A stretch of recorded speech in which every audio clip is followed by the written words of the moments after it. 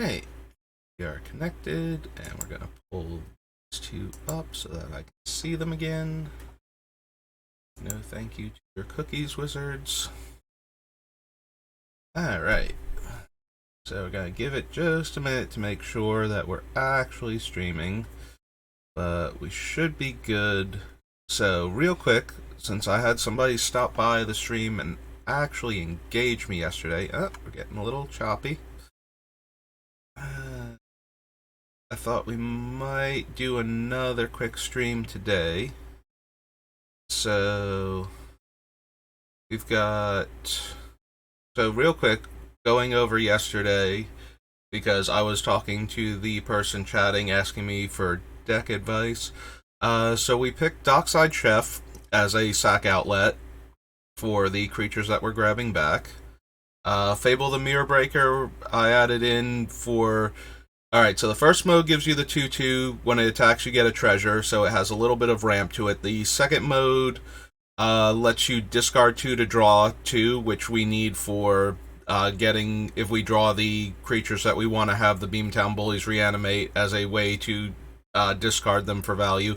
And the third mode, when it flips into the Kiki Jiki variant, lets us copy our non-legendary creatures. So any value creatures that we run that we might want to give away, the ones that when we have them in play for us, so if we play like a Circuit Mender first to gain some life and draw some cards, and then maybe give it away to be friendly later on, we can copy that when we have it, if we have the Reflection of Kiki Jiki in play. So all 3 modes are very relevant to our deck, and it's just a decent value creature in and of itself because of that. Gloomshrieker lets us buy back a permanent card. Similarly to why I included the Eternal Witness, is that the Gloomshrieker lets us get back the cards that we actually want. Like, I keep passing over Animate Dead effects and whatnot. Not animate, like Raise Dead. Things that bring it back to our hand, because half of the stuff that we're going to be running we want to have in the graveyard, but there is stuff that we do want to get back and reuse that's going to get killed, and we need some way to get those cards back. I prefer the more versatile ones, but Gloomshrieker is still one that we can, like the Fable can copy it. There'll probably be other effects. The Gloomshrieker exiles itself if it dies from play, though, so it's less potent in that regard than the other ones. Greater Tanuki is a large trampling creature that we can cycle for value, since you can channel it to get the land from your deck, and then it's a 6/5 while it's in play. Tech Wrecker we put in because it can only destroy artifacts and enchantments that the opponent that it's dealt, that the Kappa Tech Wrecker damages. So if we give it to somebody else and force them to attack, we can't force them to destroy an artifact or enchantment that player controls, but they can't destroy ours if they want to be mean to us, even though we gave them a free creature. Prowler, when we give it out, gives lifelink and death touch to one of their creatures. So it's a nice way to give them life and to create an attacker. This will be more effective if we decide to use like the Monarchy or something in our deck. So those were the choices that I made. I kind of glossed over them as I was talking to the person that stopped by, because that was the first time I had ever had anybody in chat that wanted to actually talk to me about Magic instead of trying to sell me, more views on Twitch. So we're going to be picking up with the Neon Dynasty Commander set now. So hopefully we get through like 2 or 3 sets. I'm going to adjust the position of my fan and turn it on, so hopefully it won't be blowing towards the microphone and creating that weird background noise when I talk. I'm not expecting too much from the Neon Dynasty Commander set, because one of them was white-blue, so all of those cards won't show up except for like maybe one of the vehicles or something that was unique to that one. Get a sip of water here. And the other one, the other one is red-green. but it's primarily focused on the modified game text, so creatures with counters, auras, or equipment on them, none of which are focal points of our deck, so I'm not actually expecting to get anything. One or more modified creatures you control attack, yeah. Acolyte enters the battlefield with a +1/+1 counter on it for each 1/1 counter among other creatures you control. At the beginning of your upkeep, double the number of counters on it.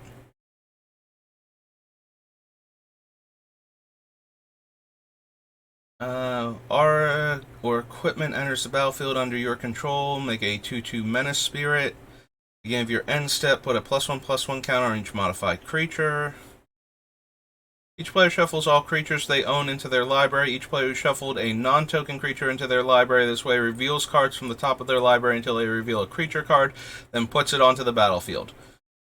Every one of these is terrible for us. Every one of these can get us killed so easily. It's like if we had Phage in our deck, but we had like 10 Phages. Because just putting our stuff into play can be absolutely lethal for the person that gets it.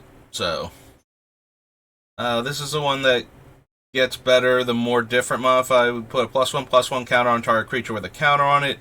Draw a card if we have an enchanted creature, and create a 1/1 spirit for if we control an equipped creature.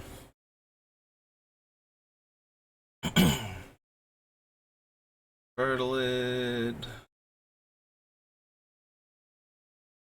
Genesis Hydra's a reprint, but this was different artwork, right? And you cast a spell. Oh, yeah. It's the one from one of the M sets, like M14 or something. Or M12, maybe. Phase Runners. So Shintai's actually 5-color. This is the other one. At the beginning of your end step, goad each creature your opponents control that are enchanted by an aura you control. So, and then this gets a +1/+1 counter for each creature goaded this way. Modified creature you control attacks. You get the card advantage by exiling and then being able to cast until end of turn. Menace. Or equipped. Whenever it or equipped creature deal combat damage to a player, goad each creature the player controls. Yeah, no, not what we're trying to do. This is the one that has to have all 3 on him in order to be good. Like, he needs to have a counter, an equipment, and an aura, and then he does that. This one has so much work required to put into it that I don't think it gets there. Even with, it draws like a whole bunch of cards, and it's still not. Yeah, you draw cards equal to the damage, and then deal that much damage to each other opponent, and I still don't think it gets there. Like, that one just requires so much work. I'm sure there's somebody out there who's built a pretty cool deck around it, because it sounds like something that has way too many hoops, so there's gotta be somebody who's just like, yeah, no, this sounds like a great card. I'm gonna build around it, and I'm going to get there with my play group, because I know what they're running, and I know how to build the deck to actually have any chance whatsoever to get that thing going. So the Black Meosian removes the counter. Put onto the battlefield under your control all creature cards in all graveyards that were put there from anywhere this turn. I mean, at least we know if we're going to get one of our terrible things, but no. This one is 7 damage to each of up to 3 targets, and this one is 8 +1/+1 counters and gives out Trample. Notably, all of the Meosian, similar to the ones from original Kamigawa, only get their counter if you cast them from your hand, so giving them out would not give out the divinity counters, but they're also, like, they're large creatures, but they're not evasive at all, so none of them will guarantee get through for extra damage. They're more likely to get chump blocked if possible, and not actually accomplish much of anything. When an enchanted creature or another modified creature you control dies, you get spirit tokens based on the dead creature's power. Hello, Ox of Agonis.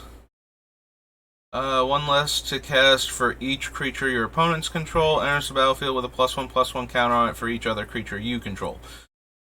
Massive body. No. It is a very massive body. If we could give it an evasion ability, that would be pretty cool, but we have a couple different things, but so far I haven't found anything that's just like for giant creatures, aside from the one land. I haven't seen anything that makes me go, yeah, no, this is how we will get all of our giant creatures through every single time. Maybe if we get more of those, I can go back and look for the, creatures that can easily be 10 plus power. Rampant Rejuvenator enters with 2 counters. When it dies, you get X basic lands, where X is equal to its power. Technomancer enters the battlefield. You may sacrifice another creature. If you do, create treasure tokens equal to its power. And 3 mana, sacrifice X artifacts. Return target creature card with power X or less from your graveyard to the battlefield. X can't be 0. I'm pretty sure this thing is a combo piece since it got printed. I know there was hype that it could be one. I don't know if it actually manifested itself in any format. Obviously, it would have to be like Legacy or Vintage. Where if you're running creatures, they're probably cheap creatures with high power anyway. So, I would not be surprised if there's a decent combo. Put a +1/+1 counter on each of up to X target creatures you control. R's equipment and modified creatures you control gain hexproof. I mean, it does put the counters on them and then give them hexproof because they would be modified by the counters themselves. I don't think we actually need that, though. Creature up to X target creatures, make a red aura token named Smoke Blessing and attach it to that creature. Tokens have, when an enchanted creature dies, it deals 1 damage to its controller and you create a treasure token.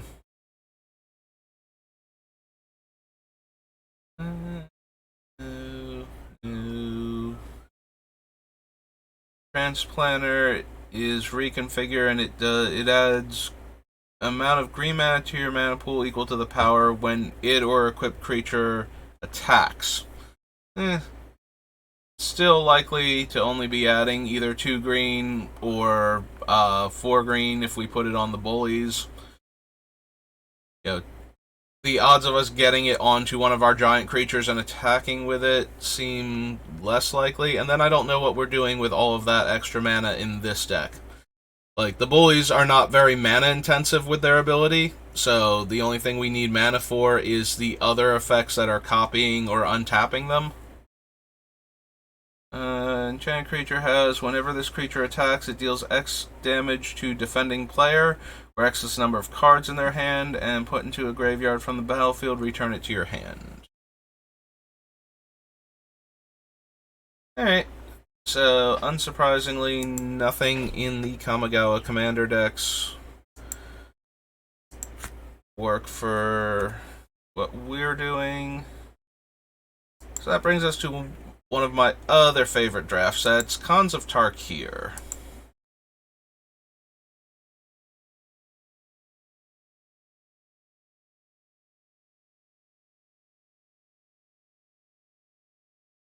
So Khans was enemy wedges, so that is going to dramatically decrease the number of cool cards we can find, since only the black-green cards are really going to be it. Or I suppose red-black cards that are themed around Mardu. But that's going to be where most of the stuff that we find is going to be, because all of the really good gold cards are going to be 3 colors in a wedge instead of an arc, so we won't be able to use them. Archer, Aerostorm. 4/1 flying dies, return to the battlefield face down, and it has Morph. +3/+3 and trample. 1 damage to each creature you don't control. Then if you have 4 more power, they can't block. This is a set where we're going to get Temur Battle Rage from, so that'll be nice. Become Immense. Bellowing Saddle Brute. Unless Temur Battle Rage was in Fate Reforged, and I forgot that. Bitter End. Prowess Dude. Blue activated ability. Can't block and can be cast from the graveyard with Raid. Ring Low. Burn Away.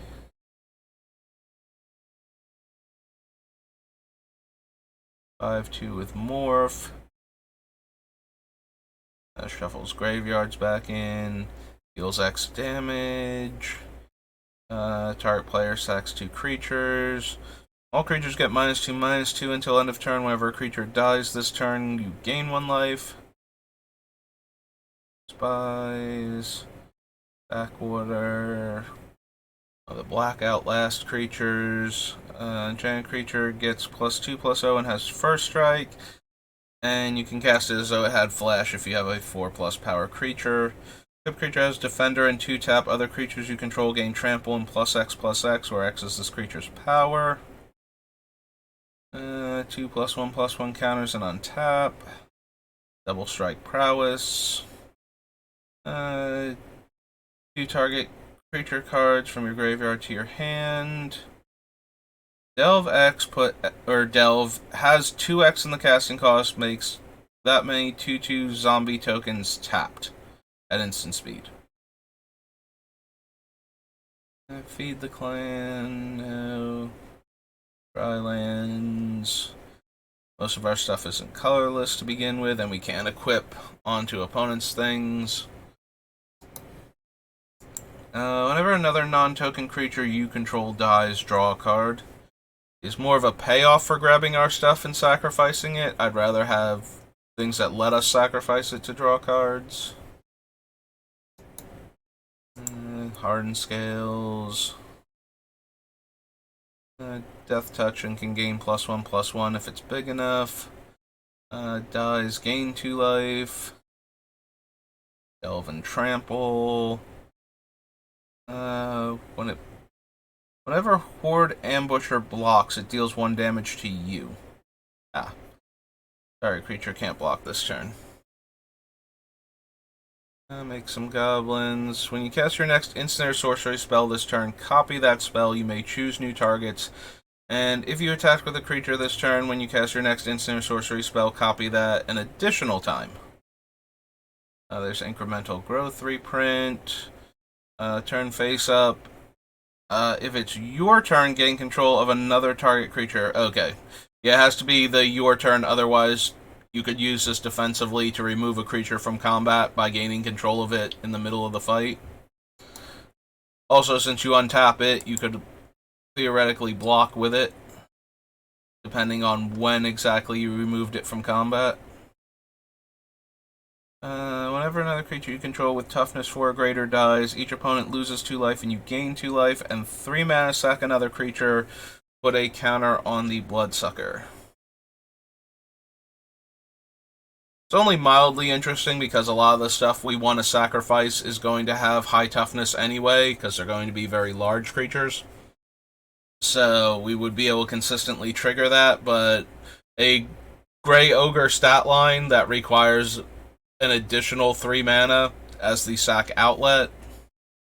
It was 1 or 2 mana, but then again, this is when we move towards the more modern sensibilities of free sack outlets get to be way too powerful when you have a lot of good aristocrat cards to build around.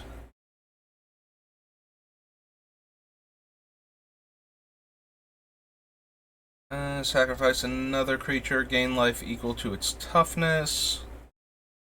XX Green Spirit Warrior onto the battlefield, where X is the greatest toughness among creatures you control. Can regenerate, is a 5/3, white mana to activate. Each creature you control with a +1/+1 counter on it has reach, and it has outlast. Attacks or blocks, sacrifice it at end of combat. Raid, deal damage. Enters tap, so we can't even give that out to it, like to have it attack, and then As raid afterwards. Can't run War Shrieker. Turtle. 5/9 Island Walk. When it attacks, exile it, return to the battlefield under your control, tapped and attacking.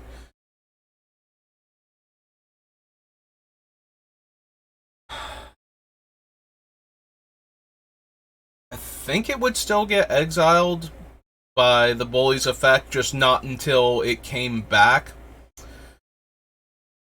I'm not 100% sure, though, if changing zones removes the Bullies' sacrifice trigger or exile trigger. Maybe it does. Maybe it's just a new object, so it doesn't have that anymore. Still, that means that we're giving out a 5-power creature that they just get to keep forever. And the 9 toughness means it blocks most of our ground stuff when we go on the offensive when they're our last opponent.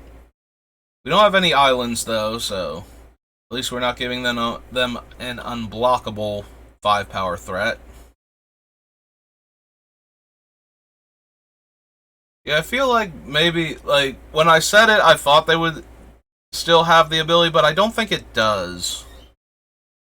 Because it would exile itself, so it would be a different object when it comes back. And I don't think the Beamtown Bullies can track it into exile with their ability, so... Yeah, I think giving away a free 5/9 might be the nicest... card draw is probably better, but certainly very high up there is the ability to just give them a 5/9 real quick. On the bright side, though, if we give it to them, let them attack with it, and then get it back, because it's not exiling itself anymore, we can repeatedly get back our 5/9 with Island Walk.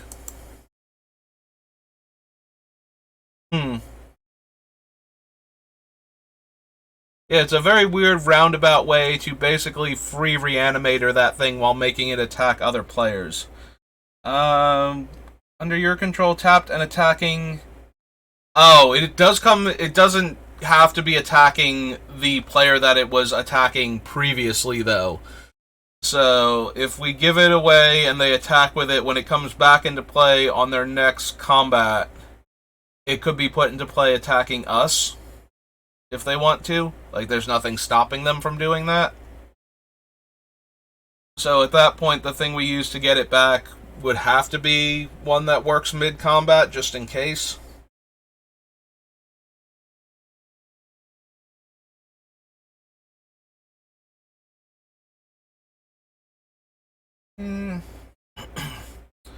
Murderous Cut.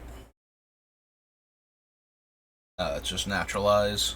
I'm reading it, waiting for the extra text. It's like a Naturalize that also does. No, it's actually Naturalize. Delve, X tap, exile X cards from your graveyard. Target creature gets -X until end of turn. No. 5/5. When it or another creature you control is turn face up, untap it. Or untap that creature. Not necessarily it. Creatures you control get +1/+0. Whenever a warrior you control deals combat damage to a player, you may pay a life to draw a card.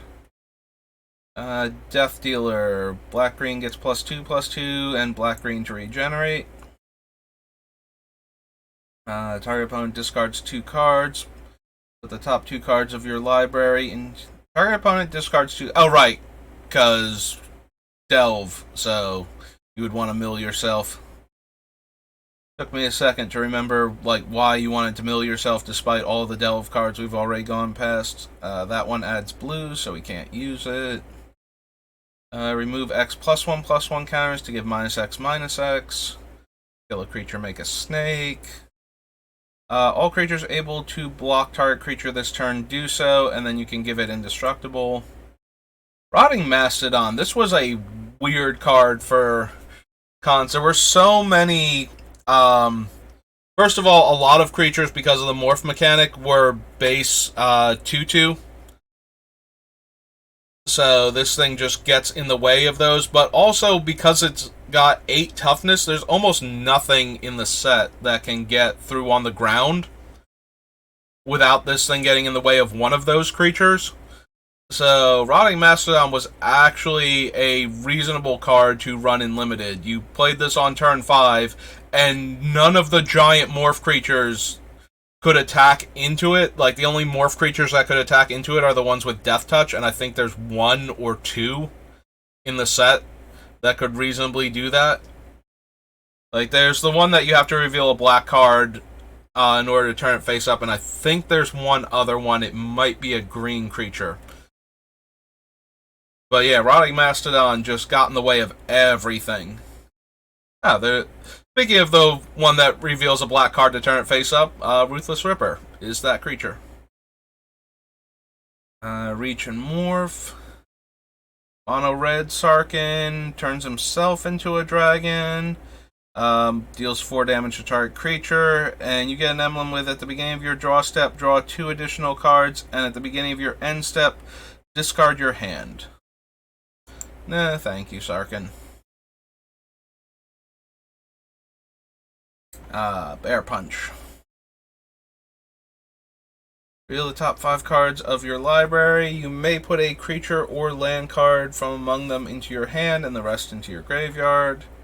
Reveal the top 8 cards of your library. You may put a creature card from among them onto the battlefield, and if you have power 4 or greater, you may put 2 creatures onto the battlefield instead of 1.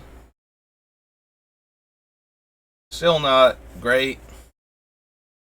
Way too likely that all of our hits will be things we don't actually want to hit, or things that are awkward to hit.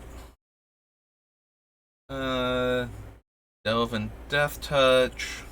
3 basic lands, reveal them and put them in your hand.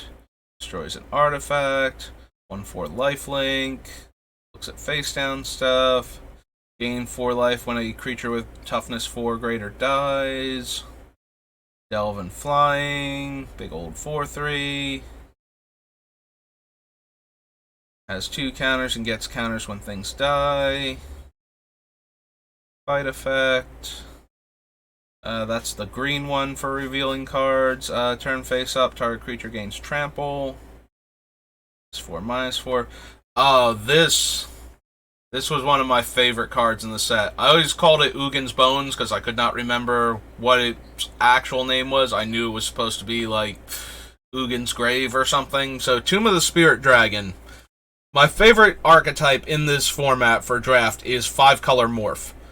So, if all of your creatures are face down, all the ones that are face down are colorless. So you could easily gain like 3 or 4 life a turn with this card. And in order to run 5-color Morph effectively, usually help to highly prioritize lands. And instead of a basic land in every pack, there was one of the common comes into play, tap, makes 2 colors, and gain a life when it ETBs lands. So I could reasonably gain, just from my mana base, without the Tomb of the Spirit Dragon, I could gain like 6 to 8 life in a game, fairly consistently. You throw this thing into the mix, and gaining like 2 to 4 life a turn,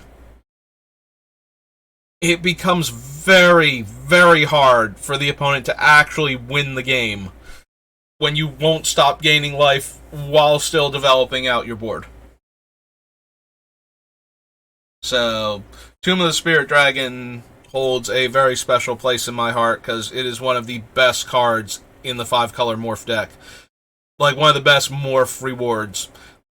And that's in a set where we have things like the Ghostfire Blade, which equips to a face-down creature for like 1 mana and gives it +2/+2, so a double Leonin Scimitar at the original price. Also, there's a blue-green card that when you turn a creature face up, you draw a card, and this one that lets you get lands out of your deck.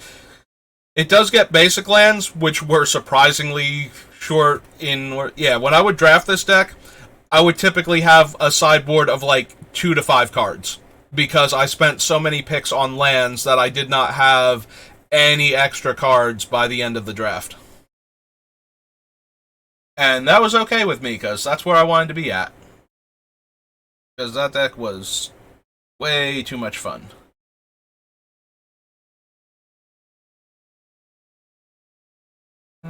Yielding Krumar as white. Hasten attacks each turn. Can't be blocked by creatures with power 1 or less, and its raid enters the battlefield with a +1/+1 counter. Deals X damage to flyers. Morph.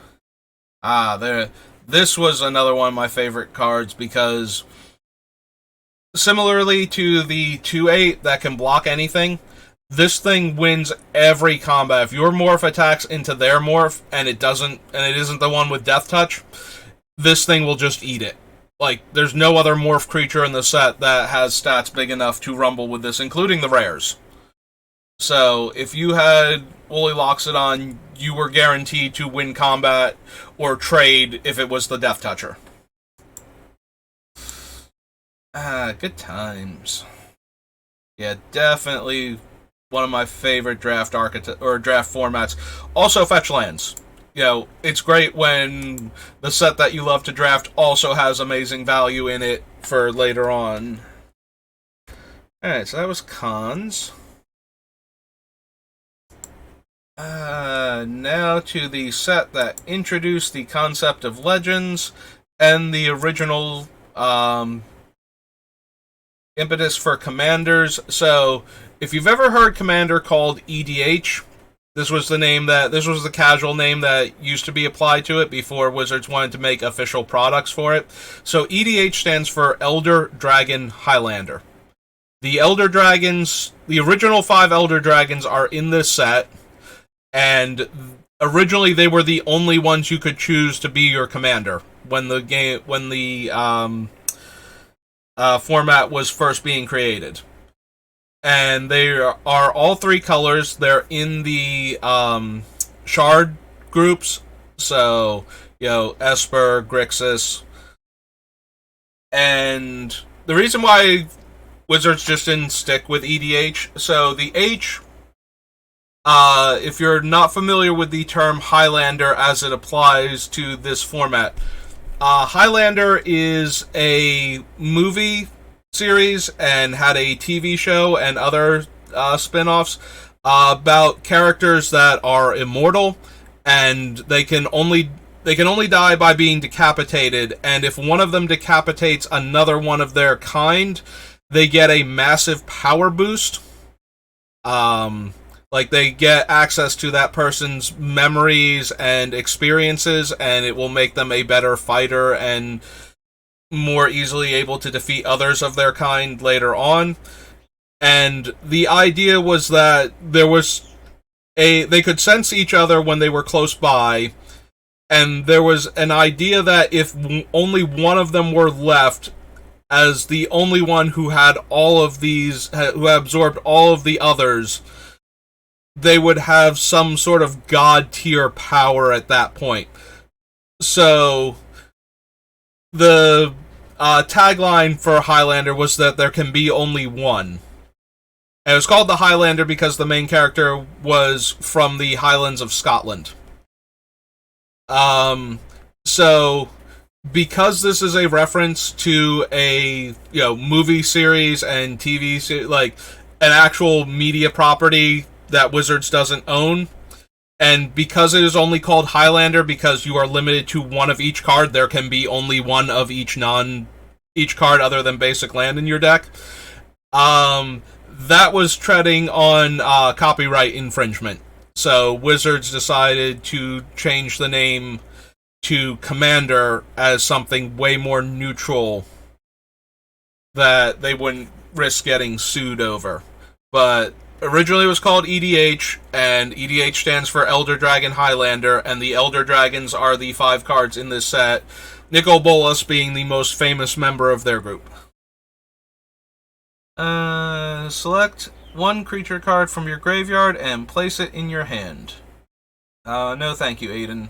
We usually want our creatures in our graveyard. It is nice that it's on a body, so we could recur things, but like every turn if we really wanted to. And that's much better for when we're doing the value creatures, but we still want to be able to give the value creatures to our opponents, so.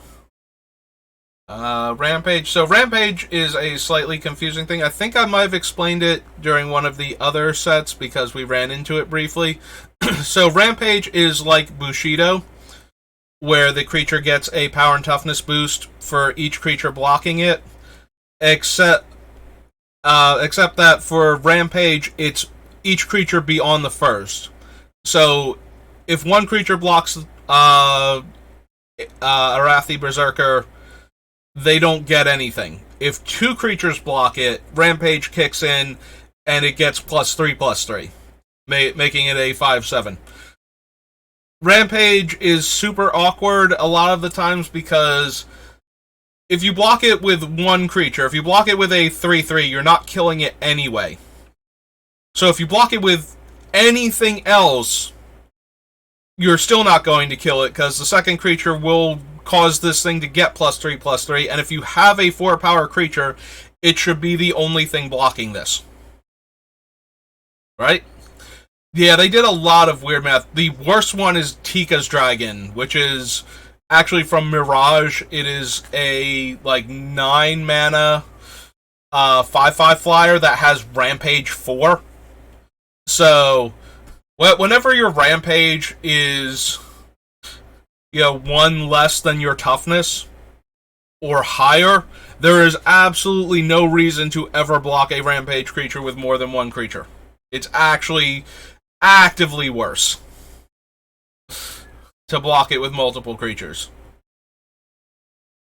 All creatures that block or are blocked by Leprechaun become green.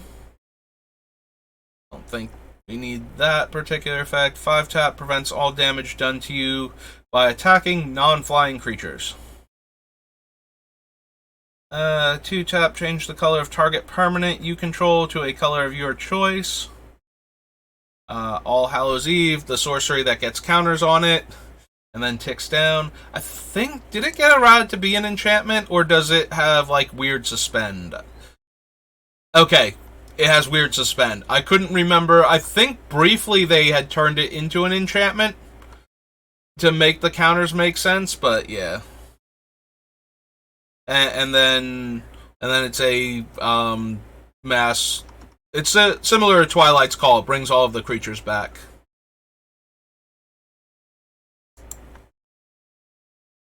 If a player does not cast a spell or put a land into play, no creatures may attack that player until after their next turn.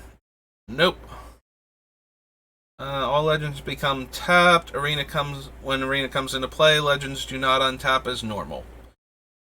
Yeah, continuing the trend of card in the set. So Arabian Nights had City in a Bottle, which destroyed all Arabian Nights cards. Antiquities had the Golgothian Silex. Arena of the Ancients Legends has Arena of the Ancients to lock out all of these cool, super powerful creatures. And if you notice the sarcasm in my voice, almost every legend in this set, for some reason, Wizards got it into their head when they were designing this set that being a gold creature was a upside, when actually it makes the creature harder to cast and is a downside. And this was also during a time when creatures were not great to begin with, so almost every legend in Legends, it ranges somewhere between terrible and okay at the time. Most legendary creatures are not good from Legends. For example, we have this 8-mana 5/5 Trampler. Each time a creature is placed in the graveyard during a turn that it was damaged by this card, you gain 1 life and it deals 1 damage to target player.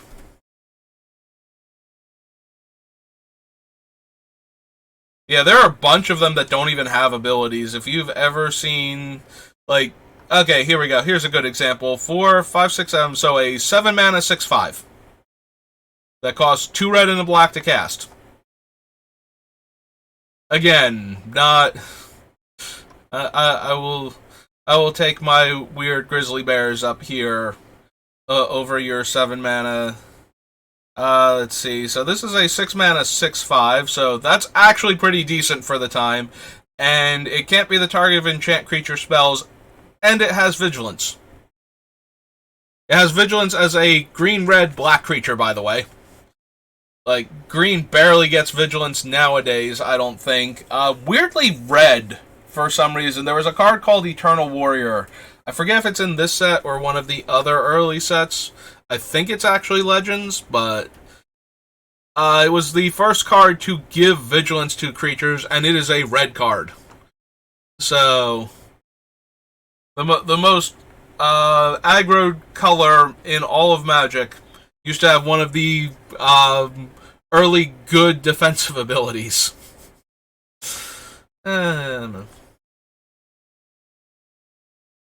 Which kind of explains a bunch of the cards in Homelands with all of their makes red cards better on blocks. Right, Ambush? Beast of Bogardan is pro-red, gains +1/+1 if an opponent controls any white permanents. Specifically, white permanent cards. Like, I guess non-token white permanents is probably how they word it now. A non-token white permanent. Yep. Black Mana Battery, Blazing Effigy. I know this thing is not going to be worth the effort. When placed into the graveyard from play, Blazing Effigy deals 3 damage to target creature. If an effigy is damaged by another effigy in this manner, is placed in the graveyard that turn, it deals the amount of damage received from the other effigy in addition to its normal 3 damage. Effigies are O3s. So, first you have to get into, like, the most trinket of trinket texts.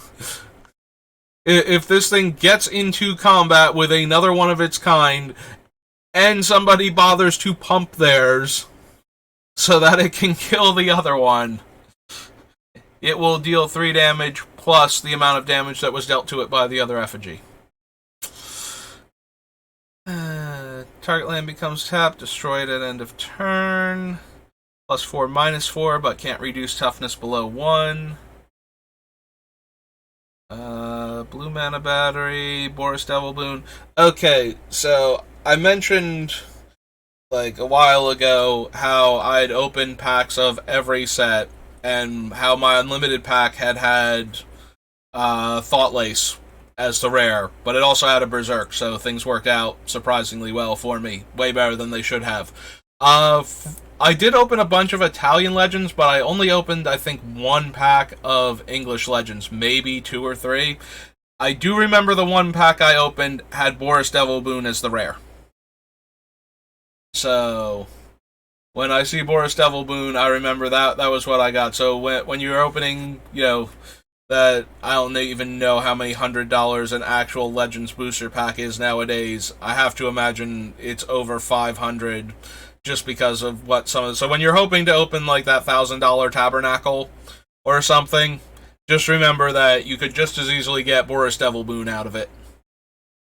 And then, I mean, if you're getting other value out of opening the pack, or it's just the sheer joy of cracking that lottery ticket and seeing if you got a thing or not, but in Magic the Gathering form, this is what happens when you don't win. You get cards like Boris Devil Boon.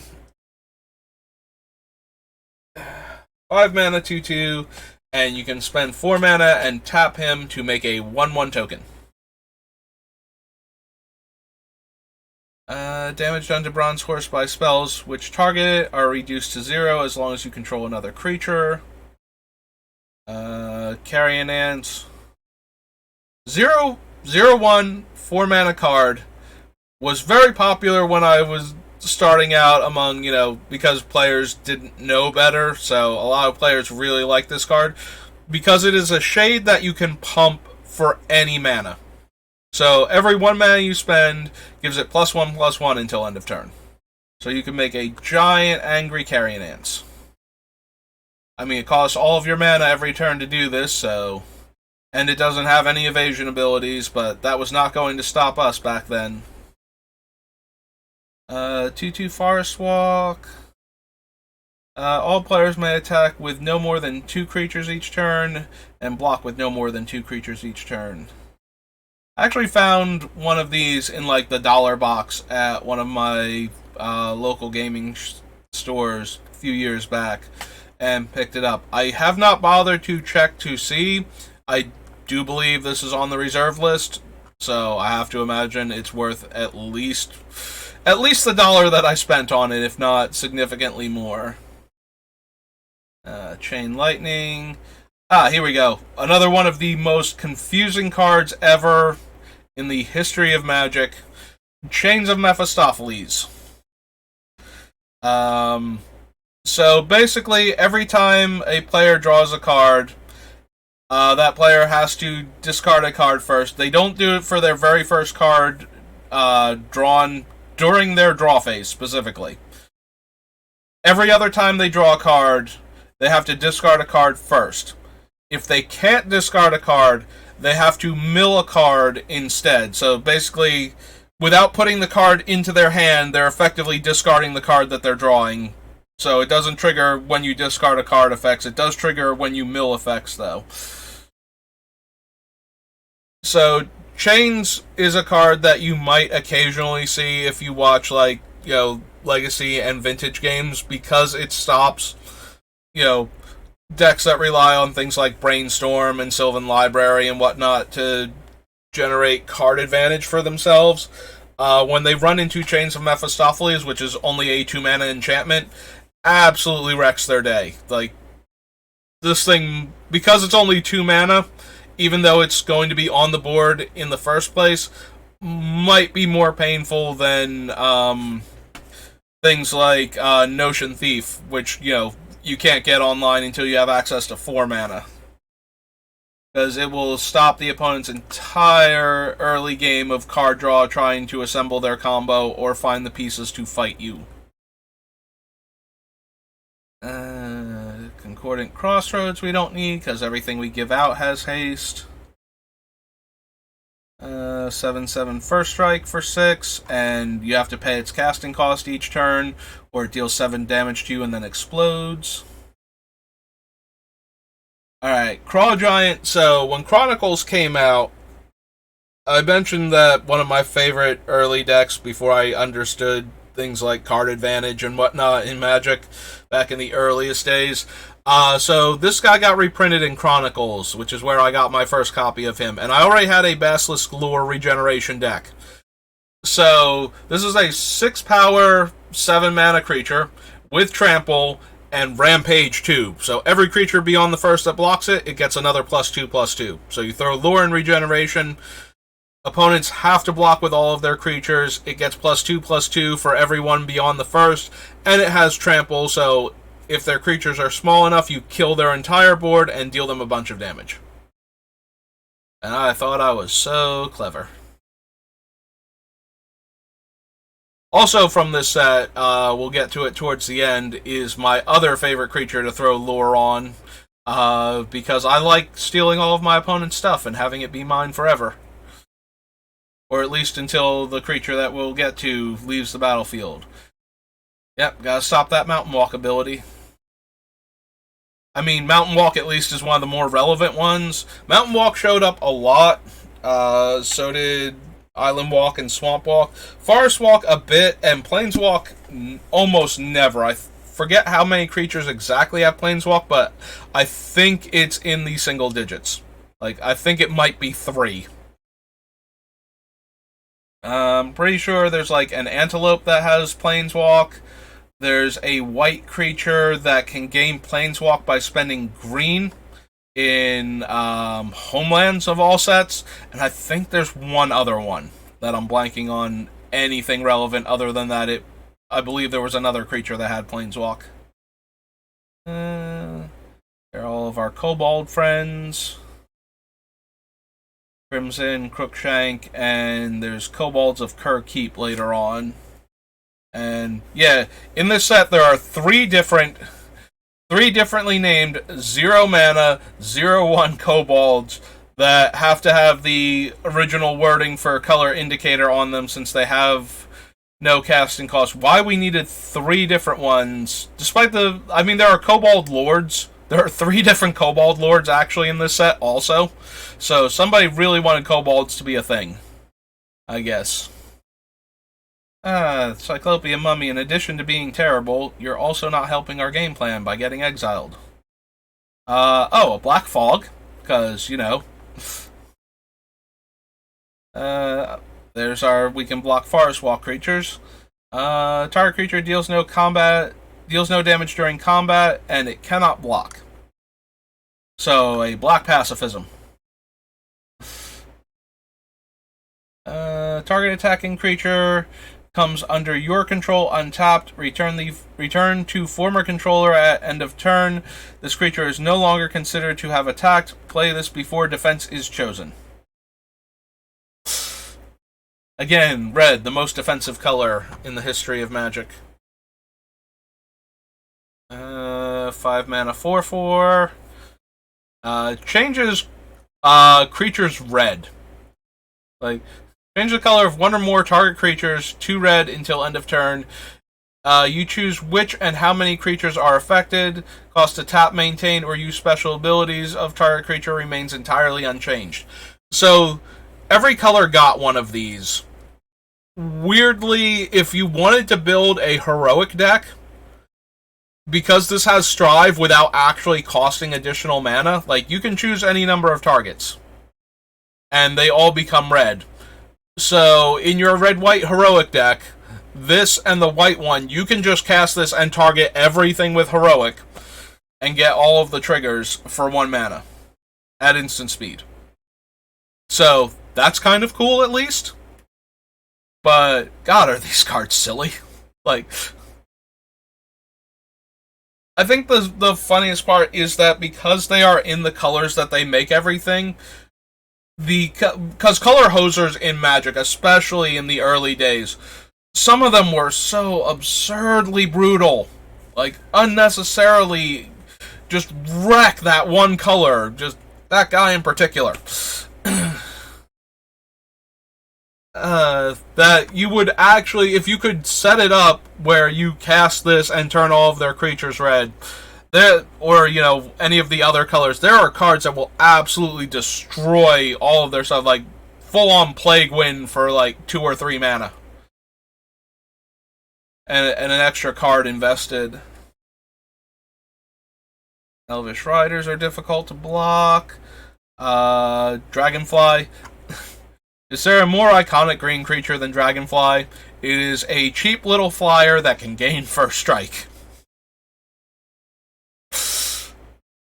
There's the Eternal Warrior, because red has to be the best at defending. Eureka. Definitely a dangerous card to play, and certainly not anything we're interested in running, but it is one of the funnier cards. If you've ever seen Hypergenesis, this is the card that inspired it. You cast this, and then players take turns putting permanents from their hand directly onto the battlefield. And until nobody wants to anymore, or can.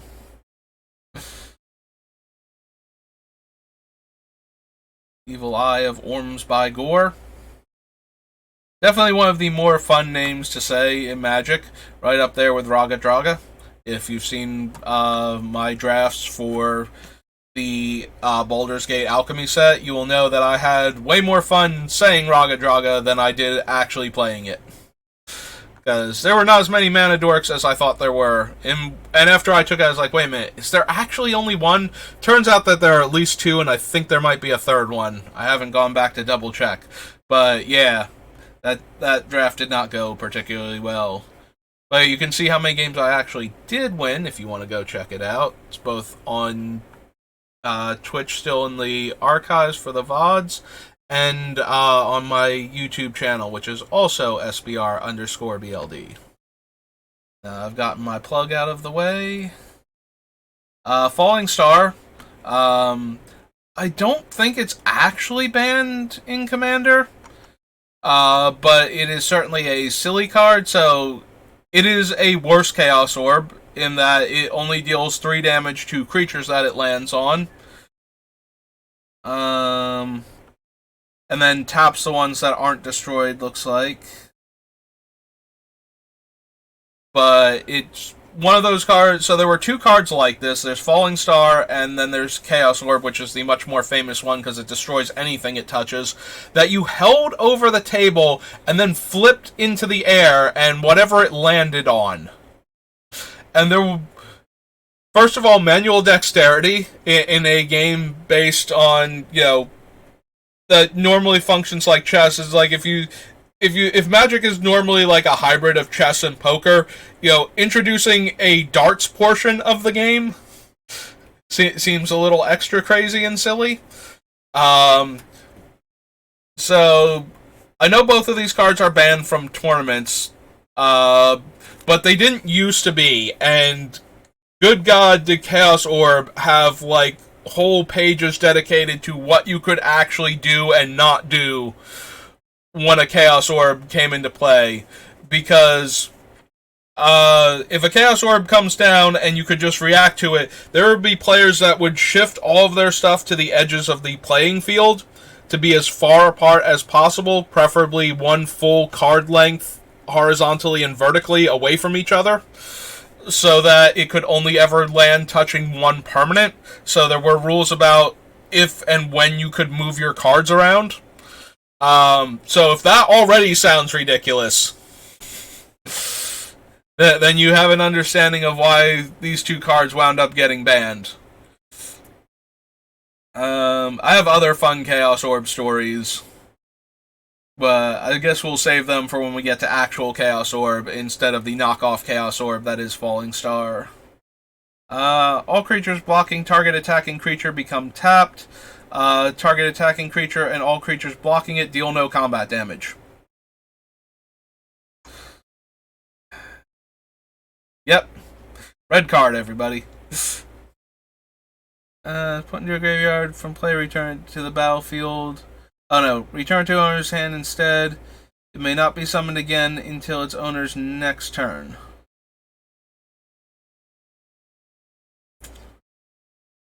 Okay, so Floral Spasm, we're going to have some fun here. So if Floral Spasm attacks an opponent and is not blocked, then Floral Spasm may choose to destroy target artifact under that opponent's control and deal no damage.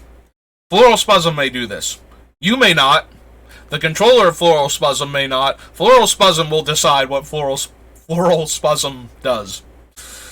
One of the best wordings in Magic.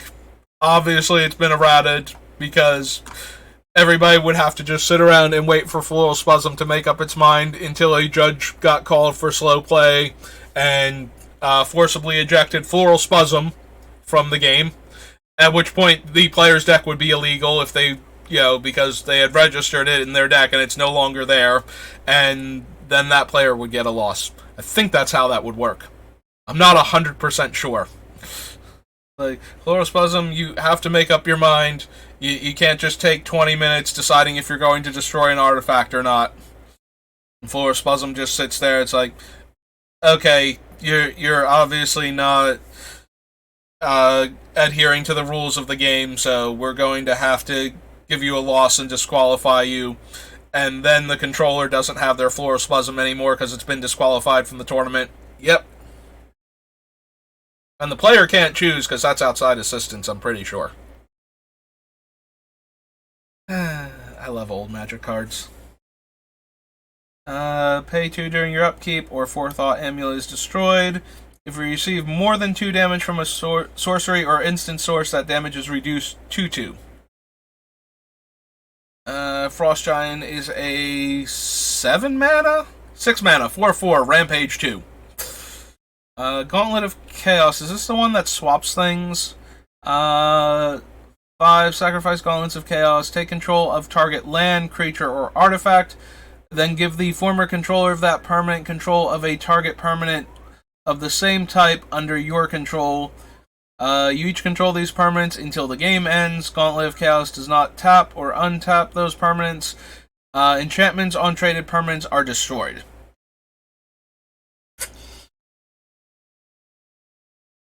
Yep, love old Magic cards.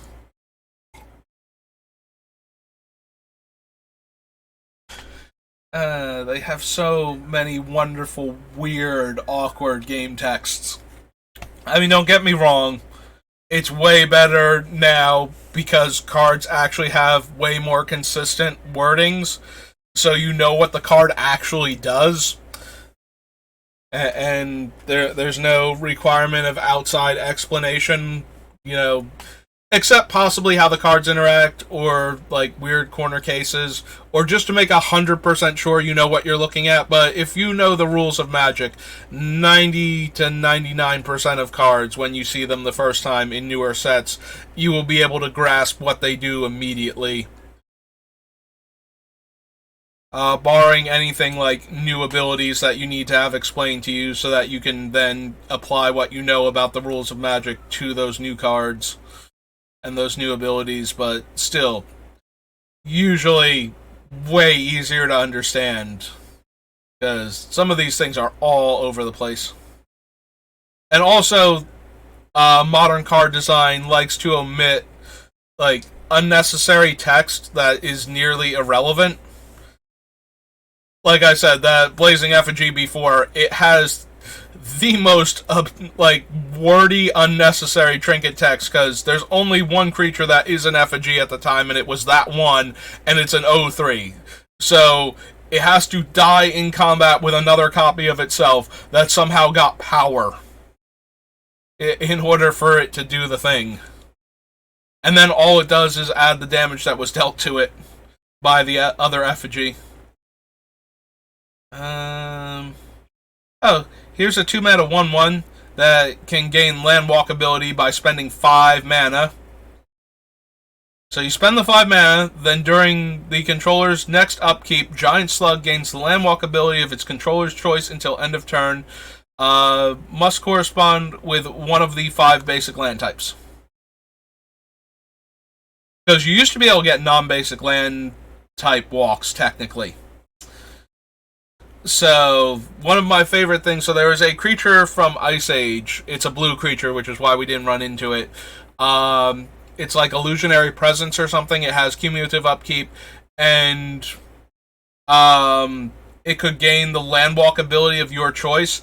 And because you could add, use the Arkham's Weather Vane that we saw that adds or takes away Snow Covered, and if a land was like Snow Covered Swamp Walk and Swamp Walk, I think the snow-covered Swamp Walk was different. Like, if you had Swamp Walk and they had snow-covered swamps, you could attack and not be blocked.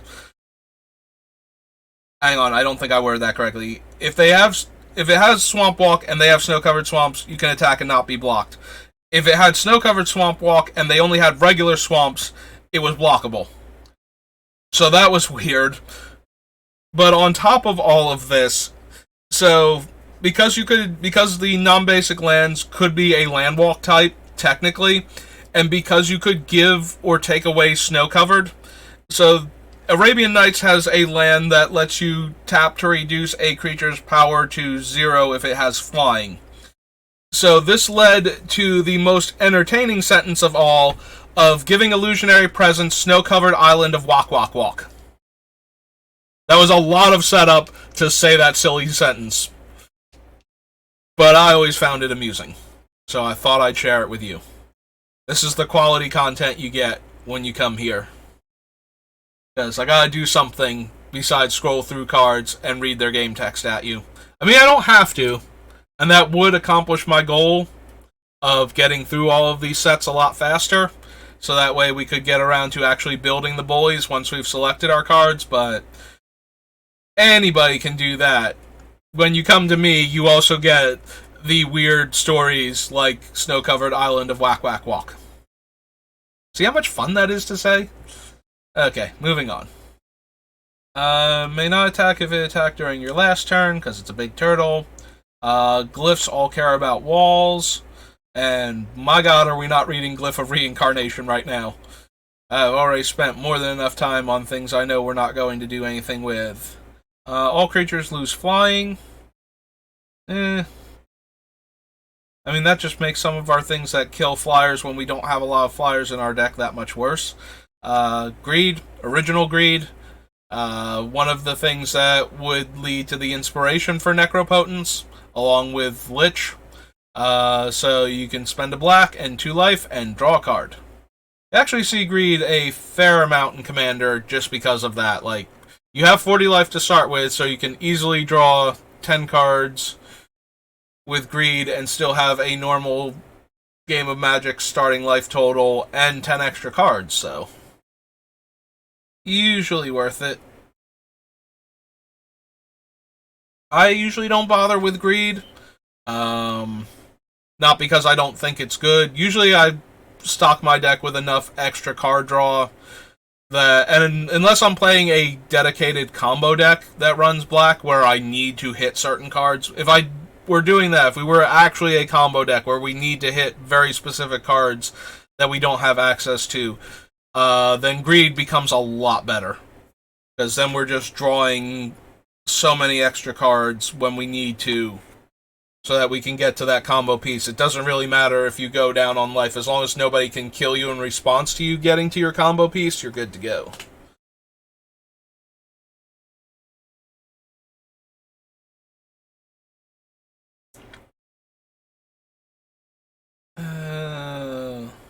Destroy all non-black creatures. Hellfire deals X plus 3 damage to you, where X is the number of creatures put into the graveyard.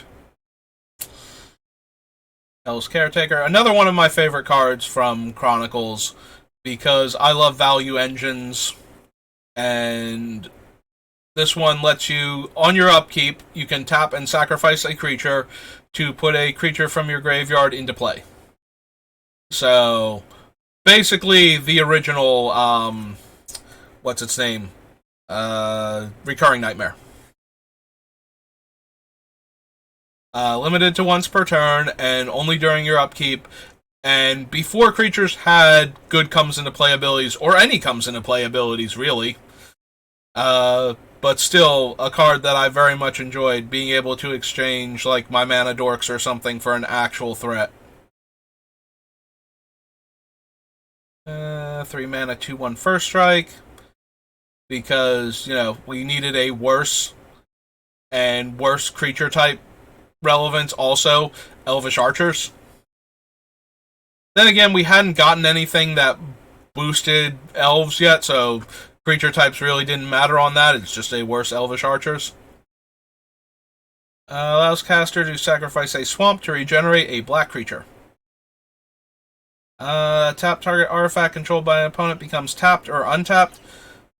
So in addition to being able to tap down your opponent's artifacts, like tap down a creature so it can't attack or block, old school artifacts used to be grouped into 3 categories. They were continuous, poly, and mono. So a mono artifact, if you used the ability, you had to tap it to activate the ability. And it would say mono artifact on the type line instead of having the tap symbol on it. So if you've ever seen original Black Lotus and it just says adds 3 mana and then is discarded, what it actually means is, since it's a mono artifact, what it means is tap, sacrifice this artifact, add 3 mana of one color. That's actually, so Black Lotus is worded super awkwardly if you don't understand how the rules used to work. Poly Artifact meant that you could activate it as many times as you could pay. If the card had a trigger for when it could be activated, you could activate it once per time that it triggered, unless it said otherwise. So things like, you know, the Lucky Charms, where you could pay 1 and gain a life when you cast a spell of the appropriate color. So those were poly artifacts. And then continuous artifacts are ones that, as long as they're in play, they did their thing. But continuous artifacts used to get turned off if they became tapped. This is why, if you've ever seen Winter Orb, there are versions of Winter Orb that actually say that they turn off when they are tapped. This was because they changed how continuous artifacts work to take that effect away, but they wanted to keep that utility on certain cards. So the last ever printing of Winter Orb actually has that wording, and I think Howling Mine does too. And because of that, those two still have the, when this artifact, like, they have to be untapped to do their thing. but other artifacts that work that way, that were printed at the same time but didn't get reprints with the updated wording, lost that utility and no longer have it, where you can't tap them to shut them off, like Anvil of Bogarden or something, which is a Howling Mine variant that then makes you discard a card after you've drawn the second card, which if you combine that with things that prevent players from drawing cards, will nuke their hand slowly or all at once, depending on what other effects you're using. Like, if you have, like, the new Nars... Well, not new Narset, I don't think, anymore. Actually, have we had a Narset since War of the Spark? We might not have. So, yeah, like the War of the Spark Narset, where they can't draw extra cards, so they only get their one draw and then have to discard during their draw step. That sort of thing. Yeah, Anvil of Bogarn used to be used in that manner for that kind of shenanigans. So that would be the wording on Hyperion Blacksmith, why you would want to tap your opponent's artifacts besides tapping their creatures so they can't attack or block. Does 4 damage to any opponent casting an instant. This does not apply to the first instant cast by the opponent each turn.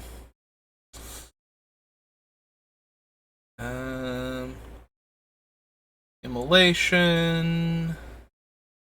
Infernal Medusa. All non-wall creatures blocking Medusa are destroyed at end of combat, as are all creatures blocked. So, Infernal Medusa, if I could have gotten my hands on one of these back in the day, definitely would have wound up in the same deck as the Basilisk and everything.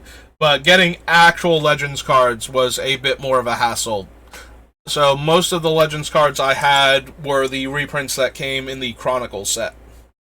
Ah, here we go. Another vanilla legend. So 3 green, green, red. So 6 mana, 6/5.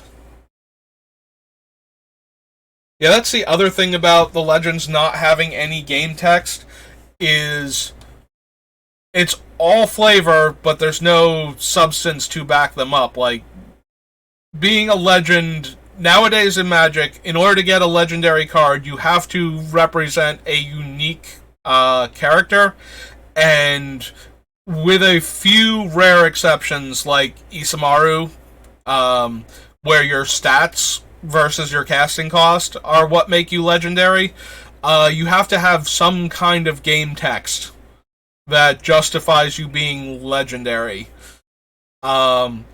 Partially because of Commander and the fact that if you print something as a legendary creature, players are going to want to build around it, so you need something going on to make the card, worth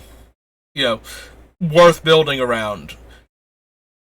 I mean, if you have enough flavor, you might be able to get away with that. Like, if people know the Magic story and you have all of this flavor going on, they might be willing to build a commander deck around that concept, but you usually need an ability. Like, players do not get excited for... Like, if they printed something like this now, even if they knocked, like, a mana or 2 off of the casting cost, and it was just like a 4 mana 6/5, nobody... I mean, there's always one person, but nobody really is going to be running out to build their Gerard of the Closed Fist commander deck.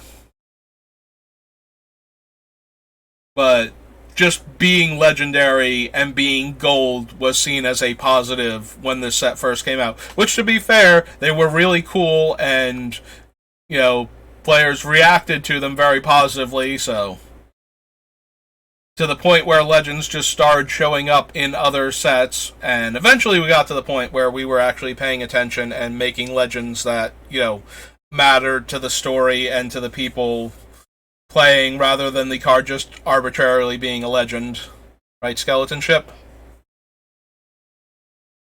Jovial Evil deals 2 damage to opponent for each white creature they control.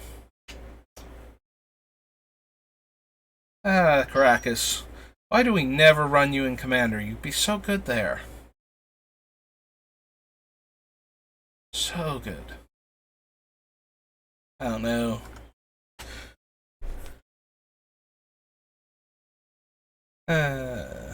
I don't know, maybe it's because I'm doing the bonus stream again, being a little more silly. Or maybe it's because I'm feeling upbeat because we actually had somebody stop by and talk about Magic yesterday. One of Mark Rosewater's least favorite cards ever, Killer Bees. A potentially large flying green creature. You know, perfect color pie representation here. The only thing I think he hates more than this one is the one that hybridizes this card with the other card he most hates in green, which is Unyaro Beasting. And there is Unyaro Bees in one of the Time Spiral sets. That is this thing plus Unyaro Beasting on it. So it is a large flying green creature that can deal damage to other creatures. The only reason he might not hate that one more than the Unyaro Beasting itself is because it's on a creature. And green being able to kill creatures without without like fight effects or having access to another creature card to use the power to determine how much damage it deals is something that green is supposed to be bad at. So when green gets actual functional creature kill on non-creature cards, that is a color pie break for green.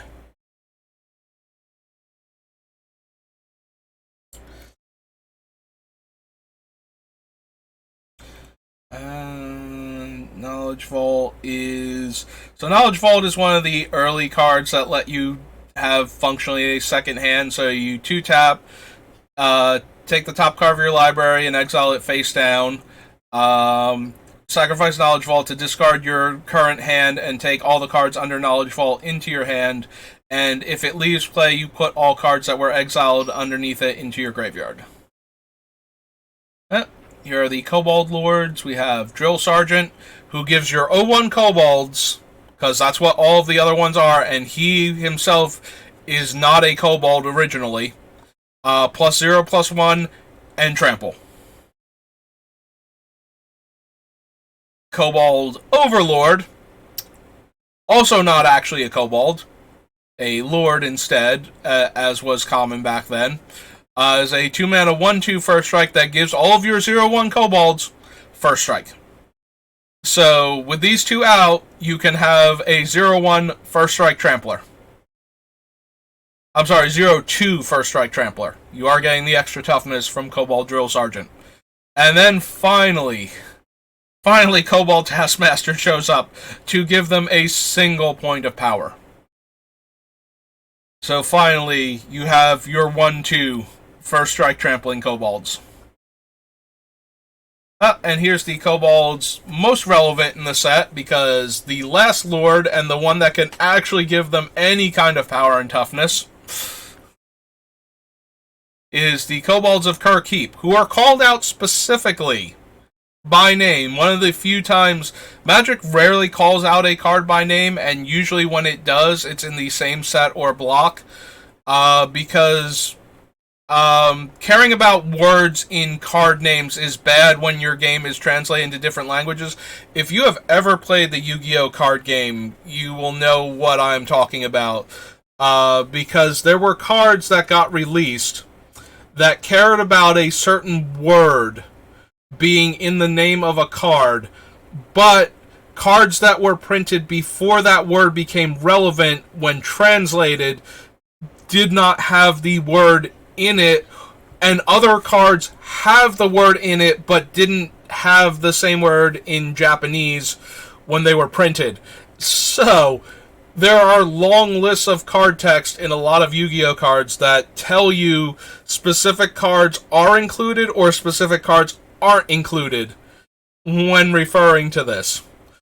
For example, there were a lot of cards that cared about demons, and when it was translated, it cared about archfiends.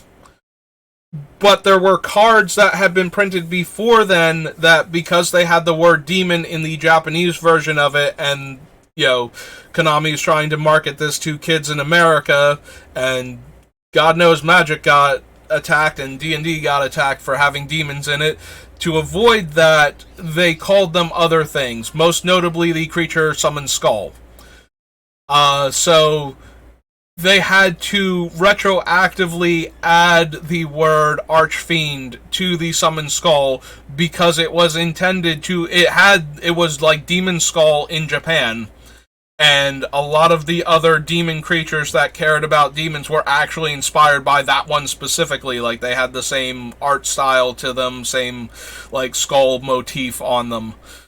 Um, in the reverse of that, when they started doing frog themed cards to build a frog deck around, there was a card that got printed as a promo for McDonald's when Yu-Gi-Oh was popular enough that McDonald's wanted in on this, and it was a little blob monster called Frog the Jam in English. In Japanese, it was like little blob slime monster or something. It kind of like, I think its face maybe looks like a frog or toad or something, and that's why it got translated as that.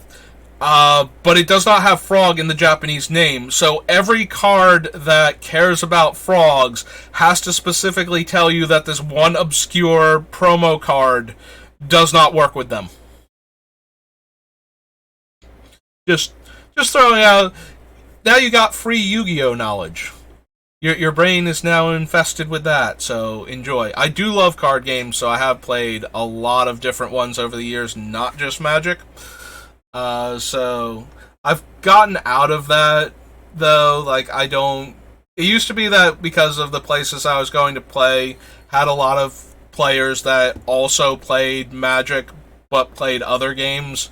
I would get into those other games, especially when those games were supported. I also used to have friends who worked for distributors that could get me the boxes at wholesale prices, and I would do like flea markets and like there are places around me where I could go and they have like tables set up already and you could just rent the space and sell stuff, like, flea market.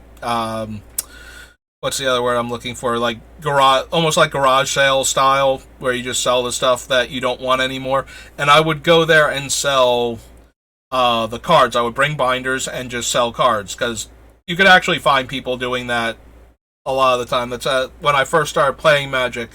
I ran into somebody that had like all the old cards in like display cases, like you would see at like tournament conventions nowadays. Now that those are starting to come back, like the dealer tables and whatnot, just full of Magic cards and all these insane prices because they had like Lotuses and dual lands and everything. And I'm looking at it's like I'm buying like $1 Fallen Empire packs, and they have like $50, $80 cards in their thing, and I'm just so baffled by how the whole card economy works back then.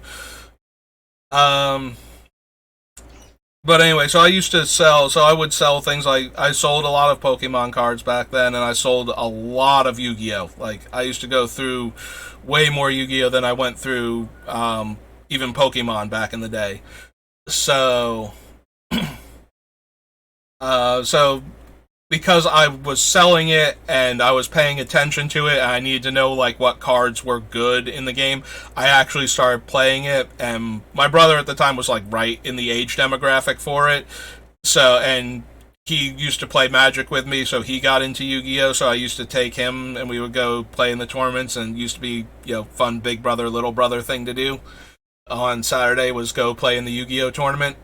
So yeah, so I know a lot of Magic players can be very elitist about, like, Magic is the original collectible card game, and all of the other ones are just, like, imitators or whatnot. I love card games, and I love playing them, so if I can have fun playing the other ones, I don't really care. Like, I don't feel the need to be exclusionary to Magic. Magic is my favorite one and my primary passion, and the one that has endured, but I don't think less of like Pokemon or Yu-Gi-Oh! Or any of like the new ones that I haven't gotten into just because they haven't interested me, like Flesh and Blood or Storybook Brawl or Hearthstone.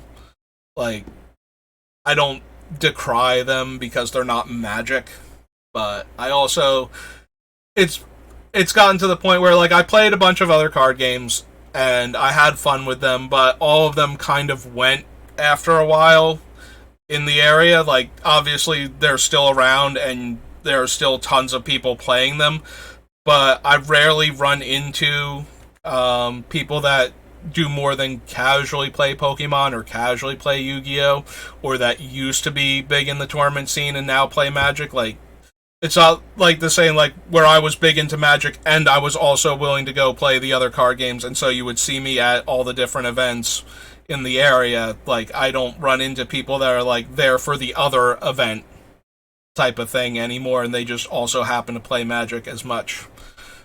So... So in that regard, so Magic has endured for me where the other ones haven't, but I don't, take anything away from them because they're not Magic. Like, I actually had fun playing Pokemon, I had fun playing Yu-Gi-Oh!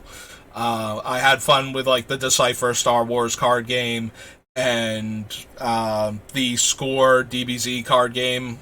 I actually enjoyed that one. I actually went to regionals for that one in Philly. That was a fun time. I did not do particularly well, but I did have a fun time going there. And I played a few others. Excuse me. Let me get some more water.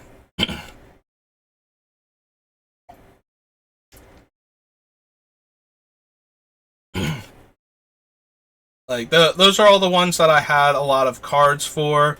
I briefly played, there was an Inuyasha themed card game that I played. The rules were so simple, like, I would see people playing at the hobby store that I was at, and they were having, like, a pre-release for, like, I think the third set or something. I was like, sure, why not? I'll enter. It's a pre-release. I get a sealed deck pool. I wound up pulling, there was, like, a 1 per case card. It was like Inuyasha's, like, his demon self or something, and it was like this super rare, like, 1 per case card, and I wound up getting it and almost won the tournament with it. So I played that for like a hot minute, like probably like a couple months. And there were other card games that I played using other people's cards. Because I didn't really get into the game, but I liked card games, and sometimes they needed, like, an extra man to fill out, like, a tournament thing. So I played, like, Warlord. I played, weirdly enough, because I've never really cared about wrestling, I have played the WWE card game. I actually, like, there was this one kid who loved WWE and collected the cards the way I collect Magic cards, so they literally had everything for it, but they were more into it because of the wrestling aspect than the card game aspect of it. So I built a deck for them, and that I wound up using out of the cards that they had. So they wanted to build decks around, like, the big name wrestlers at the time. And since I didn't have that connection, I started... So your wrestler is basically like a commander. You always have access to their game text and everything. So I built a deck around this random group called the Right to Censor. And I remember their name because they were supposed to be like, they're ruining all the fun in wrestling. They're trying to, like, tone it down and everything, and they're ruining matches by coming in like, this is too violent and we're going to stop you. And they had the counter spells in that game were like, they were called reversals, like, to reverse a fighting move so that you could get out of it. And they had one that functioned like Quash, where it exiled all copies of the opponent's deck and hand when it hit them. I think it was just called Censored. And there was a deck that had that used a card to do, like, when you try and do, like, the really flashy moves, they had to have a setup first before you could play them. And there was a tournament deck that he had copied that used the setups to do these super flashy moves. And it used every single copy to set it up was the same card. And I censored it. And it shut his whole deck off. And he was so frustrated because he had copied it was like one of the major tournament decks at the time. And he was so frustrated because I shut his entire deck down with one card from this random group that nobody really cared about.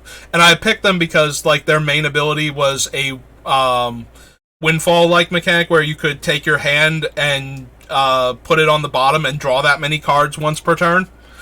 So I picked them because of their card advantage in their ability, like card selection. I really like that compared to what a lot of the other wrestlers that he showed me to build from. Like, that was the first one that I looked at and went, yeah, no, this seems really good. And then I saw the censored card is like a unique card for them, like only they can run it. I was like, oh, cool. So their counter spells are like really strong, and their ability gives you a lot of card advantage. And so I built this deck out of his collection. And so whenever they needed like an extra man to make a tournament for the set, like they were going to do a WWE tournament, I would sit in with that deck that I had built from his collection and play with them, so that way they could run their tournament, you know. Kind of like if I understood Magic but didn't play it and sat in to be the 8th man in a draft, kind of like that.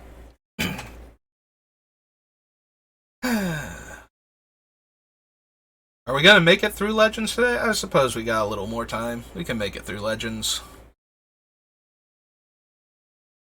There's Lady Orca, 7 mana, 7/4. Like, you know, cool looking card. I think she's a vampire. I think that's what she's supposed to be. Oh, she's a demon. Even better. But, you know, she's got some flavor text going on, and that's it. She's a 7 mana, 7/4 creature. Easily dies in combat and to all kinds of removal spells. But she looks cool.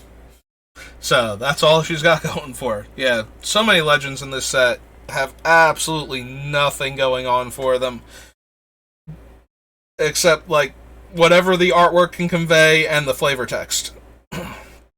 And nowadays we get, like, if something's going to be legendary, they want it to be a cool thing that if you built around it in Commander, you would get to do something unique and fun and interesting, or be a variant on it, or at least get into the 99 for, like, other commanders that are doing their thing but better. Land's Edge is any player can discard a land, deal 2 damage. It's not helping. There's Lesser Werewolf. Might remember Greater Werewolf from Homelands. Life Chisel is sacrifice a creature during your upkeep to gain life equal to its toughness. 4-tap during your upkeep, put 1 counter on target creature. You may remove this counter at any time to regenerate that creature. Living Plane. Living Plane is one of those cards. If anybody ever casts this, you should be very concerned. Because nobody casts this. The people that have access to this card, if this card were like, you know, had been reprinted, if there were no reserve list and you could gain access to this card, there are a lot of players that would see a card like this and go, oh cool, my lands can become creatures, I'm going to run that, not realizing how bad that is. If anybody runs this in, like, your play group, expect them to immediately kill all of your lands. Like, you do not put this card in your deck unless you can deal damage to all of your opponent's creatures. Because that's what Living Plane does. It turns all of your opponent's creatures, or all of your opponent's lands, into 1/1s that are then very easily killed. All of yours are also 1/1s. So if you're not doing that, you should not be running this card. Like, you play this thing with Elish Norn and you just Armageddon all of your opponents while turning your lands into 3/3s, and then you win the game. Yeah, Living Plane is something you should always assume is about to combo to Lopsided Armageddon the table. Why do I not remember her name? Livonia Cylone. I remember her game text, because she is the legendary Landwalk creature. So she has legendary Landwalk, so any land that is legendary makes her unblockable. There are, of course, the 5 in this set, I believe. I don't think Tabernacle is actually legendary. So the ones that I'm thinking of, there's one for each color. Caracas, obviously, the one that's banned in Commander because it interacts with Legends in a way that would be silly. Original Talaria, which is way worse than when they built the academy there. Original Urborg, again, way worse until Yawgmoth died and collapsed there. And Pendelhaven, which is actually probably, after Caracas, the best one out of all of them, being able to turn a 1-1 into a 2-3. And the red one is Hammerheim. We passed it before. Which has never been mentioned again in Magic. So...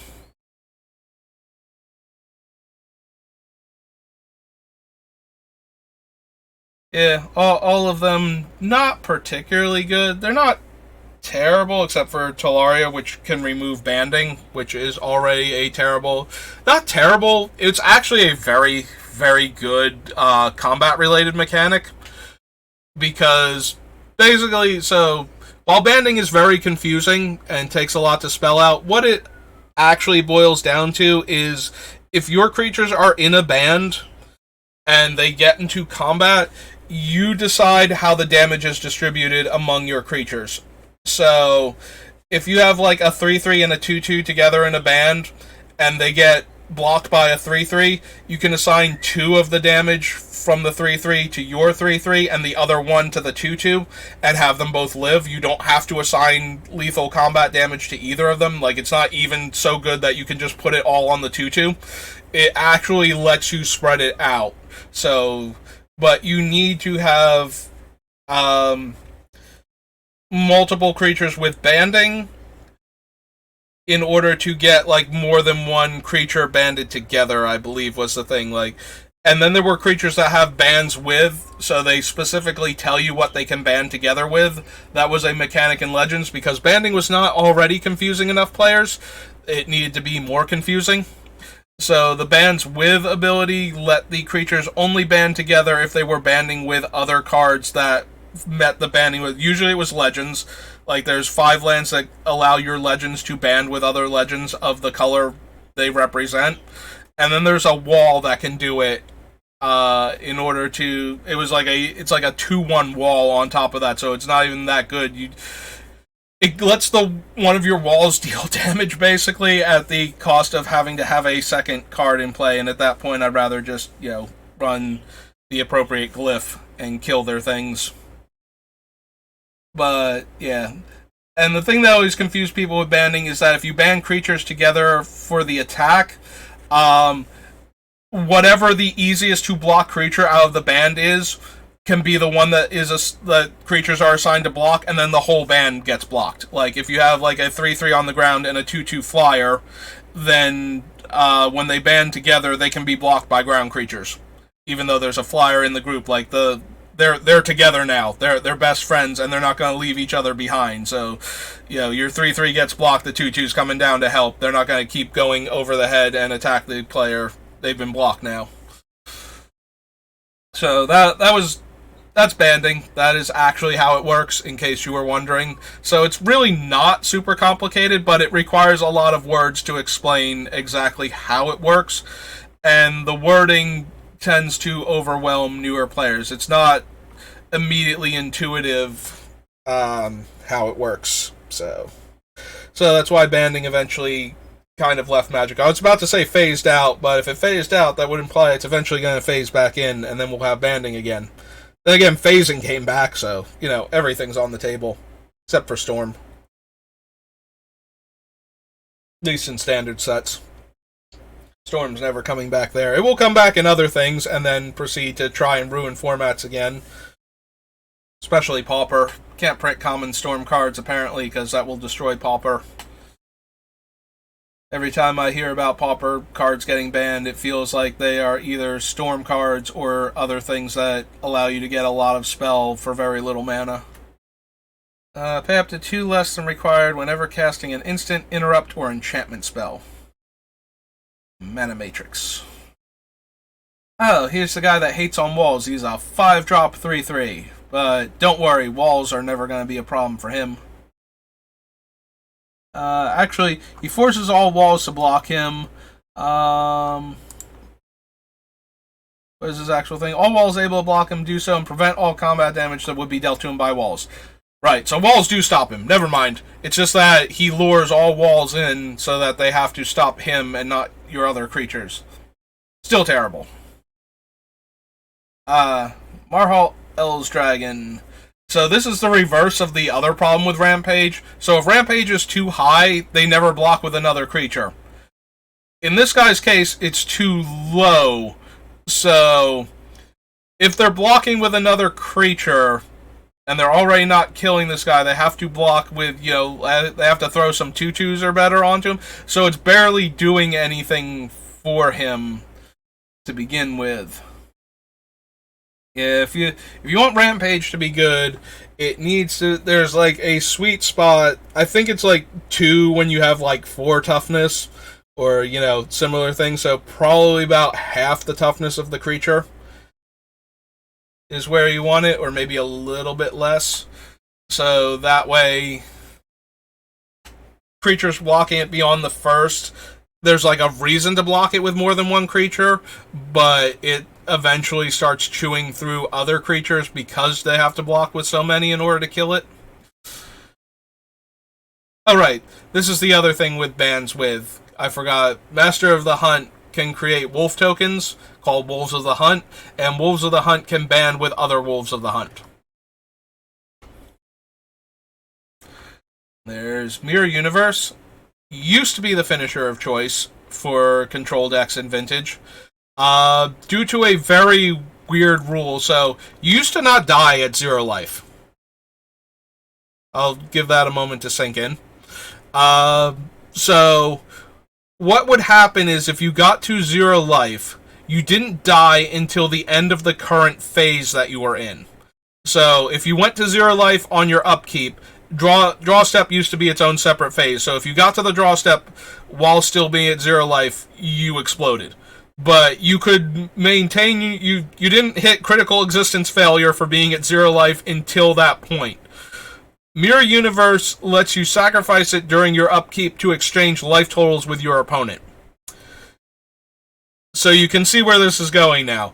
This is why City of Brass used to be a very expensive Magic card before it got reprinted in Chronicles, and was still like one of the more sought after cards in Chronicles, not just because of the mana fixing potential, but primarily for its interaction with Mirror Universe, because it would allow you to deal yourself the last point of damage. So mana burn used to be a thing. If you had unspent mana at the end of steps and phases, you would lose life equal to the amount of mana that you had empty out of your mana pool. This is actually the effect Urlock, one of my Jund commanders that I built, actually brings that rule back in while he's in play. And that's one of the reasons why I wanted to build around him, is I like that it harken back to, how Magic used to be, and allows all these cards that no longer function properly to start functioning again, because now he's punishing the opponent for tapping all their lands for mana, instead of just giving them an out to avoid the effect that, used to cause mana burn because they couldn't just tap all their lands because they wanted to. So you would float all your mana during your opponent's end step, get yourself down to 1 life, and then on your upkeep, you would tap City of Brass, deal yourself the last damage, and then activate Mirror Universe. And you would kill your opponent that way. That used to be one of the primary ways to win Vintage Magic, was Mirror Universe, by getting your own life total to 0, and then swapping life totals before you died. So, if you're ever wondering why Mirror Universe was a huge deal, and why it's still so expensive despite the fact that it can't actually win you the game anymore, it's because it used to be the primary win condition for a lot of Vintage decks. Even more so than Sarah Angel, and occasionally Mahamoti Jin, or Millstone. All of those were early Vintage primary win cons. Sarah Angel, because she was one of the most efficient creatures and could still block, and also she had flying, which a lot of the control decks ran Moat, which we can't see here because we're excluding white cards, but Moat won't let creatures without flying attack. So, because Sarah Angel could then attack, and that's why Mahamoti started showing up in decks, is because it's a 5/6 flyer, so it outmuscles Sarah Angel. So you could attack into her or hold him back and keep her from being able to attack, depending on where you were in the damage race.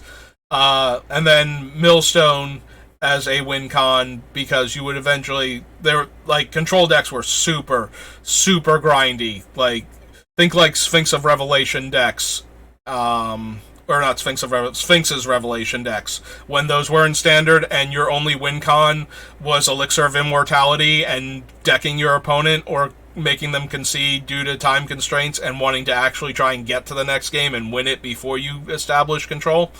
Yeah, that was the type of deck you were playing. It did advance towards its win state faster than that, but it is the kind of deck that, why Wizards prints nearly unstoppable giant blue finishers for the control deck to use once they finally ground the opponent down.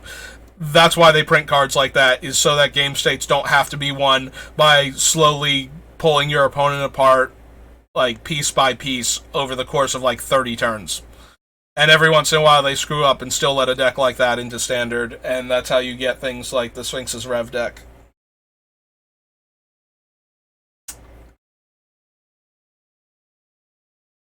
Mold Demon's brought into play. Controller must sacrifice 2 swamps. Just out of curiosity, enters the battlefield, sacrifice it unless you okay. So it does give you the option to sack the Mold Demon. If we were going to do Urborg in our deck and we could force them to sacrifice, if they had to sack swamps, if they had them, and it was only going to be buried if you didn't have them, then absolutely we would stick that in there as a way to just give this out to destroy 2 of our opponent's lands each turn, and then make them attack with a 6/6.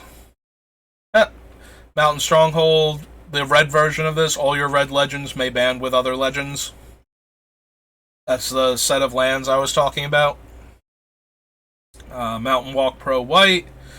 Nether Void, another one of the most miserable Magic cards to play. If you've ever played against the Shops decks in Vintage, if you are a Vintage player, or if you do it on Magic Online where it's much more reasonable to gain access to the old cards, if you've ever played against Shops and its ability to stack effects like this is the first card that did this. Nether Void is 3 and a black, and all spells are countered unless their controller pays an additional 3. So it, for free, once it's on the battlefield, mana leaks every spell that every player casts.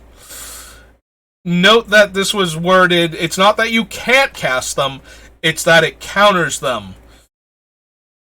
So spells that can't be countered do get around Nether Void unless it's been errated, but I'm pretty sure it still has its old wording.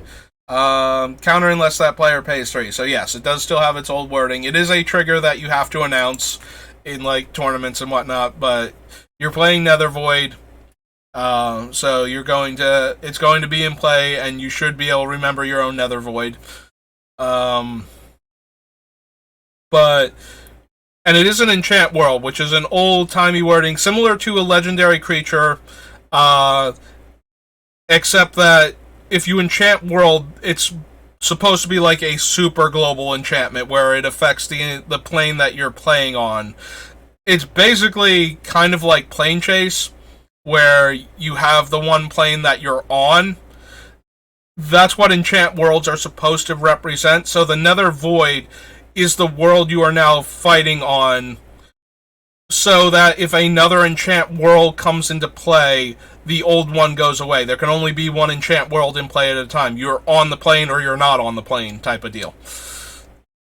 So that was the flavor of cards that had the enchant world on it. So Nether Void, you can only have one of it in play, so you can't get it to the point where they cost 6 mana. You can't have 2 of them in play simultaneously.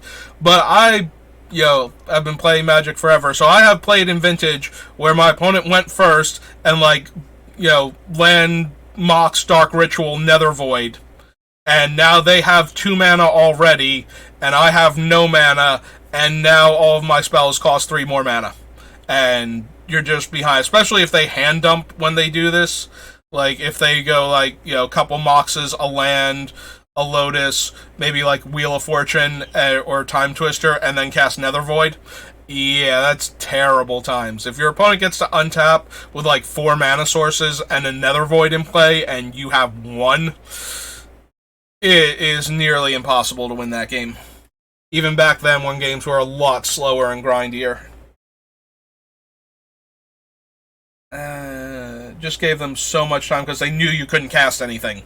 So they could just take time, spend 3 mana, play another Mox, whatever, doesn't matter. By the time you can do anything, they'll have Counterspell or Mana Drain available.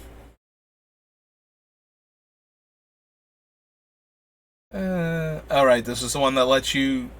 You have to 4 mana to cast it, 4 mana and tap it to activate it, and then you may cast one of your spells, ignoring its color requirements. So the example given here is if the spell costs 2 green and 2, the casting cost becomes 4. So this is another one. I had forgotten North Star, but similar to the pendant from Invasion, I believe it was, where you could mill a card and then add mana based on its casting cost. I'm pretty sure that it lacks the actual game text. Yeah. So the 2 green and 2 is not actually in the game text of the card. It is used as an example or reminder text. And so the official wording has taken that part out. So North Star is playable if you wanted to in your commander decks. It does not have green color identity, basically. But it is important to note that because this was before reminder text was a thing, there's no italicized text, so the for example explaining the 2 green and 2 becomes 4 does not make this a green card color identity wise when building a commander deck. 3 tap. Redirect damage done to you from one source to target creature of an opponent's choice. So Nova Pinnacle can be really interesting in a very political deck. So if a creature attacks you and is not blocked, you could 3 tap to redirect the damage done to it, but it's not the controller, unless it is, and that damage is dealt to target creature of an opponent's choice instead.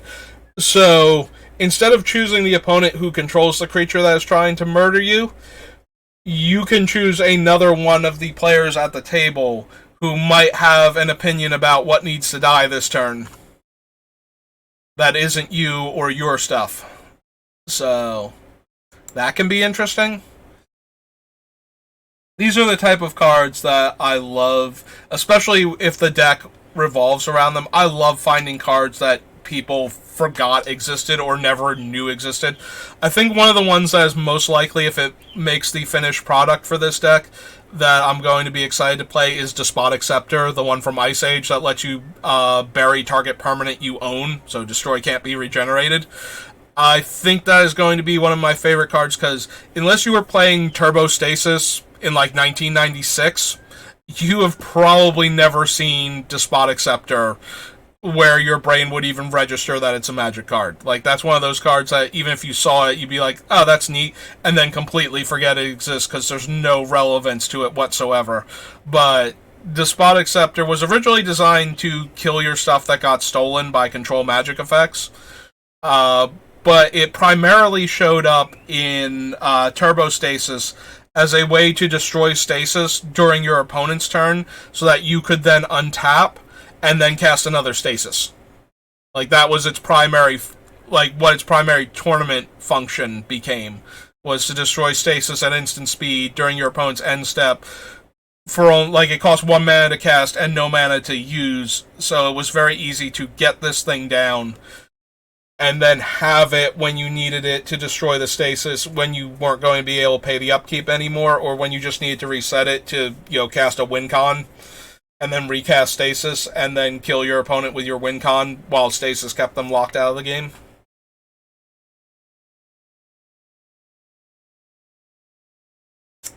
Yep, there's Pendlehaven. Taps for green, or to give a 1/1 creature +1/+2. One of the early poison counter cards that, excited Mark Rosewater as a young Magic player and led to the creation of Infect. Yeah. Oh well, can't be helped. It happened. Oh yes, green, known for its flying creatures. Here's a 4-mana 1/1 with flying, and for 3 green and tap, target creature gains flying until end of turn. Pay up to 2 less than required whenever casting a summon spell, so your creatures cost 2 less to cast. If you can get the 6 drop down, you can start saving mana that way. Primordial Ooze, Pyrotechnics.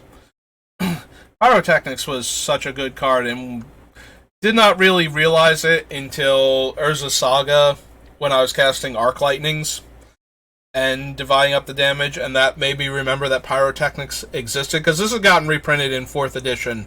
And while we didn't draft 4th edition, I did play in a couple sealed decks at one of the small stores I used to play in way back in the day. And I did not realize just how good Pyrotechnics actually was back then. Like, the idea of being able to kill, like, 2 or 3 creatures, or 1 decent-sized creature for 5 mana. Like, yeah, there were better spells back in the day, which might have contributed to it, because spells were much better than creatures. But this one is fairly efficient for the amount of card advantage it can generate, and just did not know it at the time. I wonder if this one can be run in red decks now. Tap. If target plains is tapped for mana, it produces colorless mana instead of white mana. Okay, so it no longer calls out the white mana symbol. Rabid Wombat, when it got reprinted in... what's its name? Chronicles. Saw a resurgence in popularity. Because, you know, your Auras are already pumping it, and now it's getting an extra +2/+2 for each Aura on it. And it also has Vigilance, so it can also stay back and block your opponent's large creature. Again, card advantage, not something a lot of players were really paying attention to. I mean, people loved Ancestral Recall and JMD Tome and Disrupting Scepter. Like, those were all cards that saw play. But if you asked a player why they were good, they would say... You know, they let you draw a bunch of cards, or they make your opponent discard cards. Never they could go, well, you see, if a player draws a lot more cards than their opponent, they're more likely to get to their relevant cards sooner and be able to, you know, deploy more threats. Like, they'll draw more mana and have more mana to work with also, so they'll actually be able to cast all of the extra cards that they're drawing. And when you play 10 cards and your opponent plays like 5 over the course of a game, statistically speaking, unless their 5 cards are amazing and your 10 cards are trash, you're going to win that game. Similarly, Disrupting Scepter made them discard a card every turn, so you were taking away options and diminishing the cards they had to work with every single turn.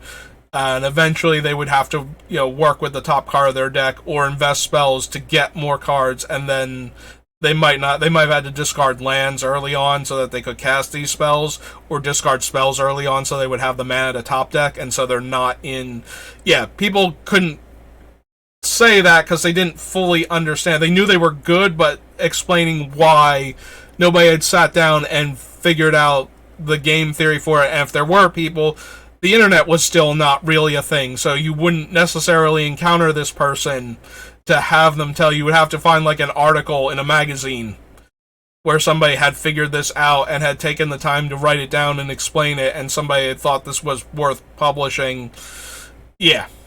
You can see how flow of information in the early days of Magic might have, you know, the fact that there was not as nearly as much flow of information in general, let alone Magic specifically, would be a contributing factor to why people were playing terrible cards because they looked fun, or because, you know, numbers, better numbers, you know, not focusing on the things that, you know, almost every modern Magic player either knows or learns, you know, fairly early in their Magic playing career, if they pay any attention to what anybody else is saying about the game.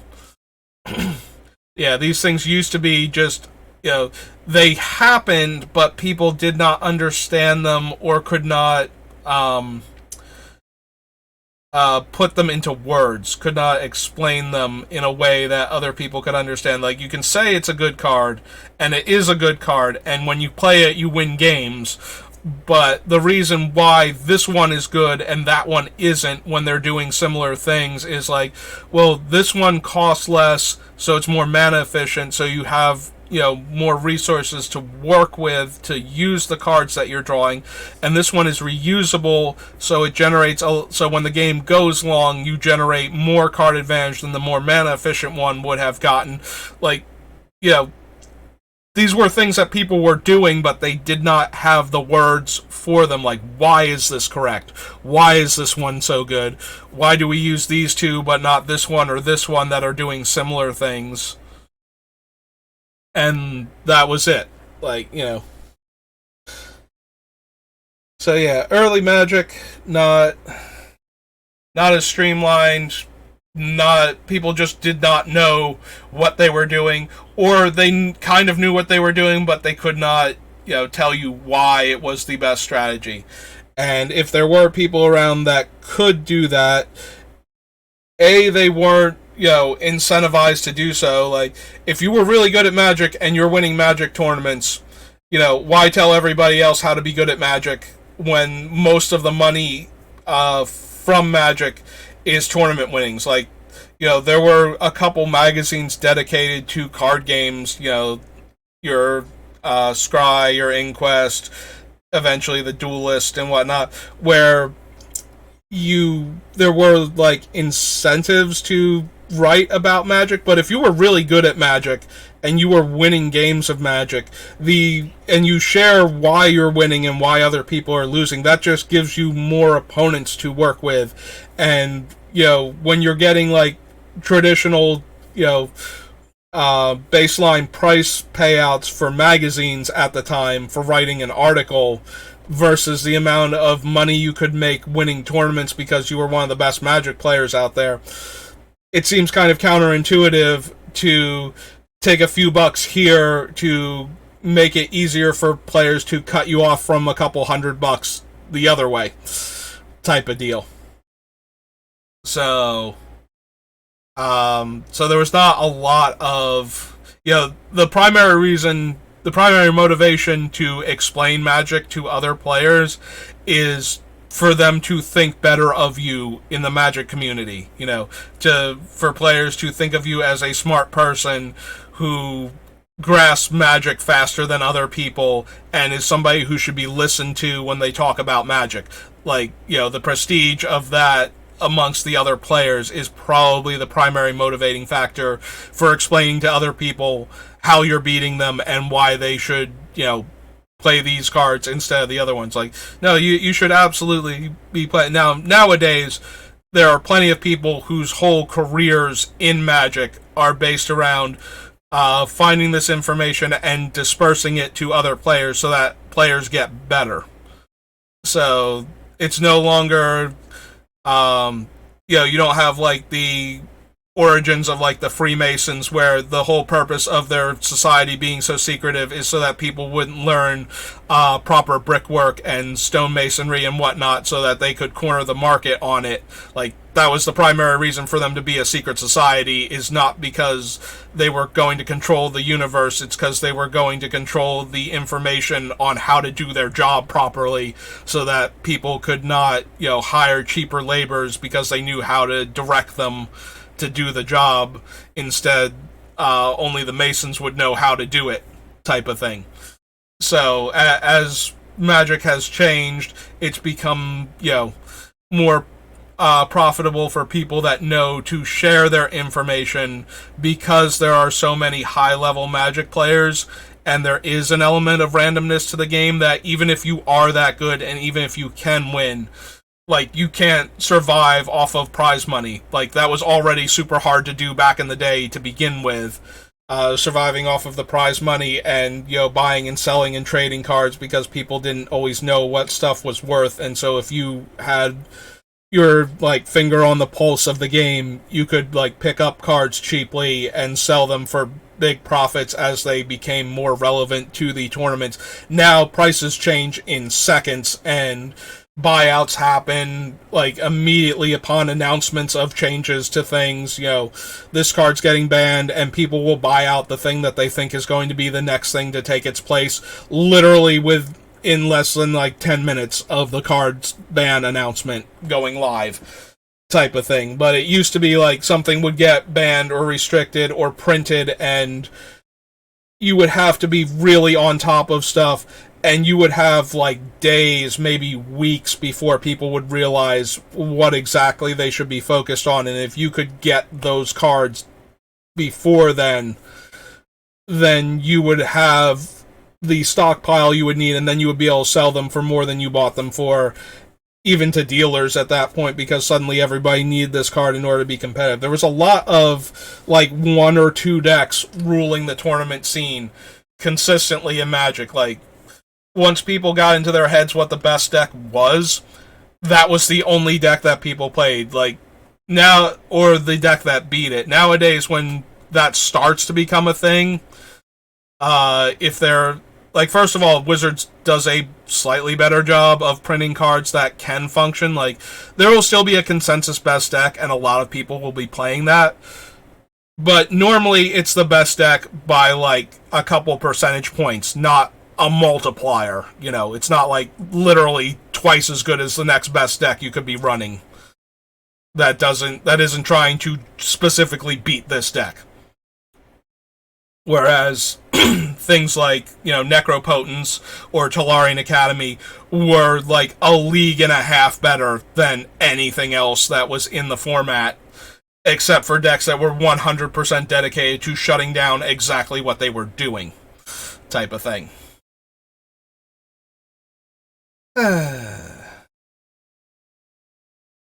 So if you're wondering why I decided I wanted to do things like build Magic decks in front of people, it's because once you get me onto a topic in Magic, I can go on forever. Like, I love talking about Magic. It is one of my favorite games, and there's just so much.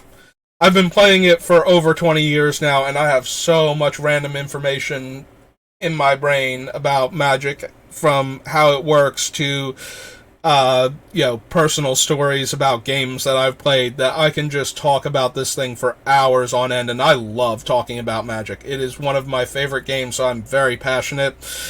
And if you're going to do something like this, you want to pick a topic that you want to talk about, that you want to be willing to engage other people with and have discussions on, because otherwise you're not going to enjoy this any more than you enjoy any other job. Like, even if you're good at it and make money, you want to be talking about something that you actually care about, or playing games that you like, you know.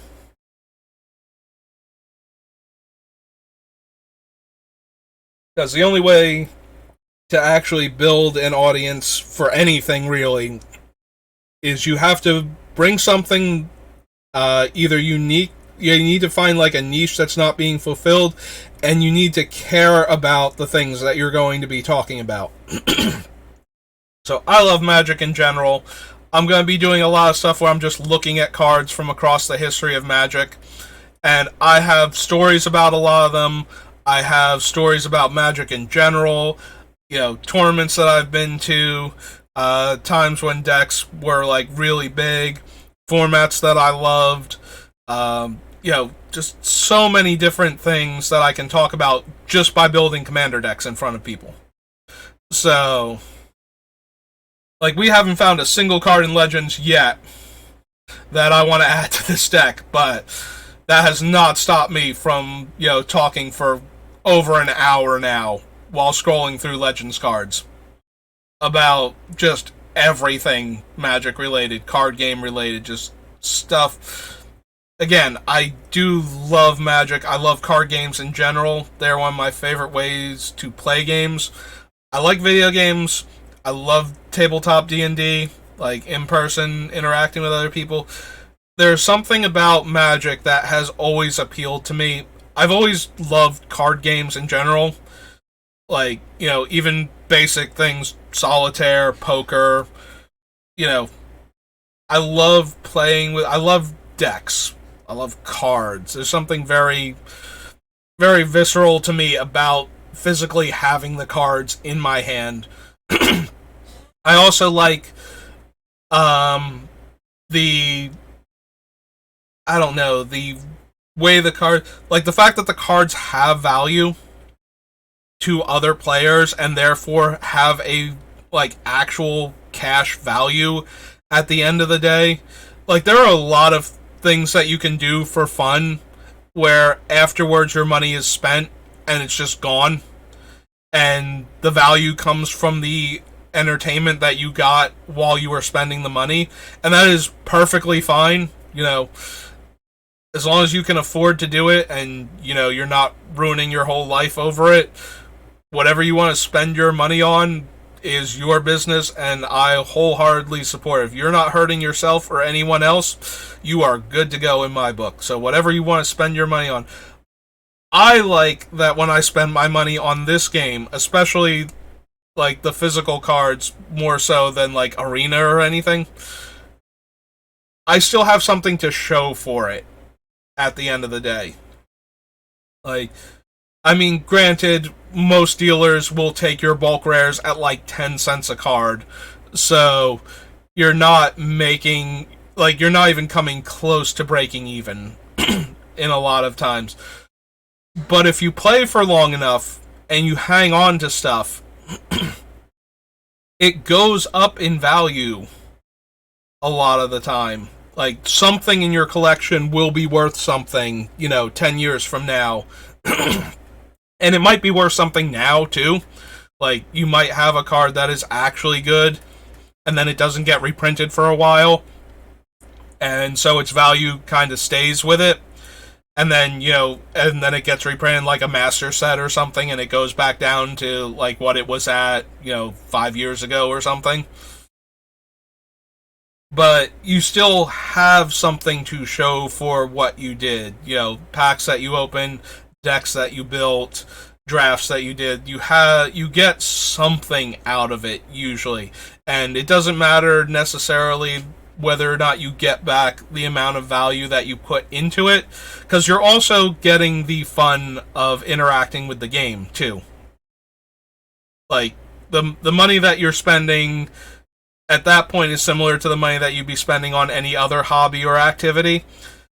So you get your fun out of it by playing the game, and then you also get like a little bit of a refund afterwards if you want to cash out of the game.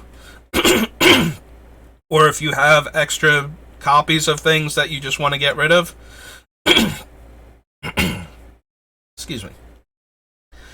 And that's another thing that I have always loved about card games in general and Magic in particular, is that as long as there is a market for the actual cards, you can get some of your money back, and depending on what you spent and when you spent it, sometimes you can get like a huge chunk of it back. Like, I've been playing since, you know, late 94, so what I spent on vintage cards, you know, dual lands, that sort of thing, you know, wish I had spent more, wish I had bought the rarer versions.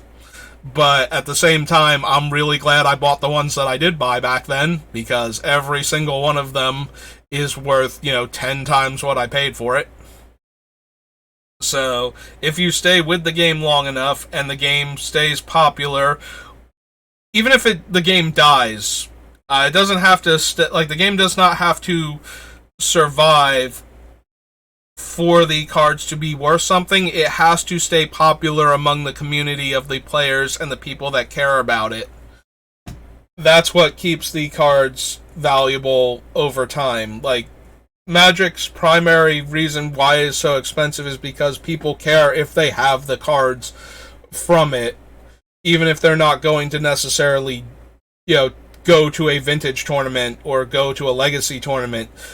The fact that they have the cards and can do that sometimes is worth it just to hang on to them, and people hanging on to cards creates scarcity, and scarcity drives up the price. It is a problem when it drives up the price so high that players who want to participate in the events can't, because the existence of the events is part of the thing that maintains the price. But I think we've proven, like, one of the main reasons Legacy is so expensive is that, you know, a decade and a half ago, Star City Games decided to start doing their own tournaments, like independent of Wizards of the Coast, and they primarily did Legacy as a format. And because they were offering like good prizes, and because Legacy has a non-rotating format and a bunch of cards that can't get reprinted, the secondary market value kept spiking on the cards that you needed to play Legacy.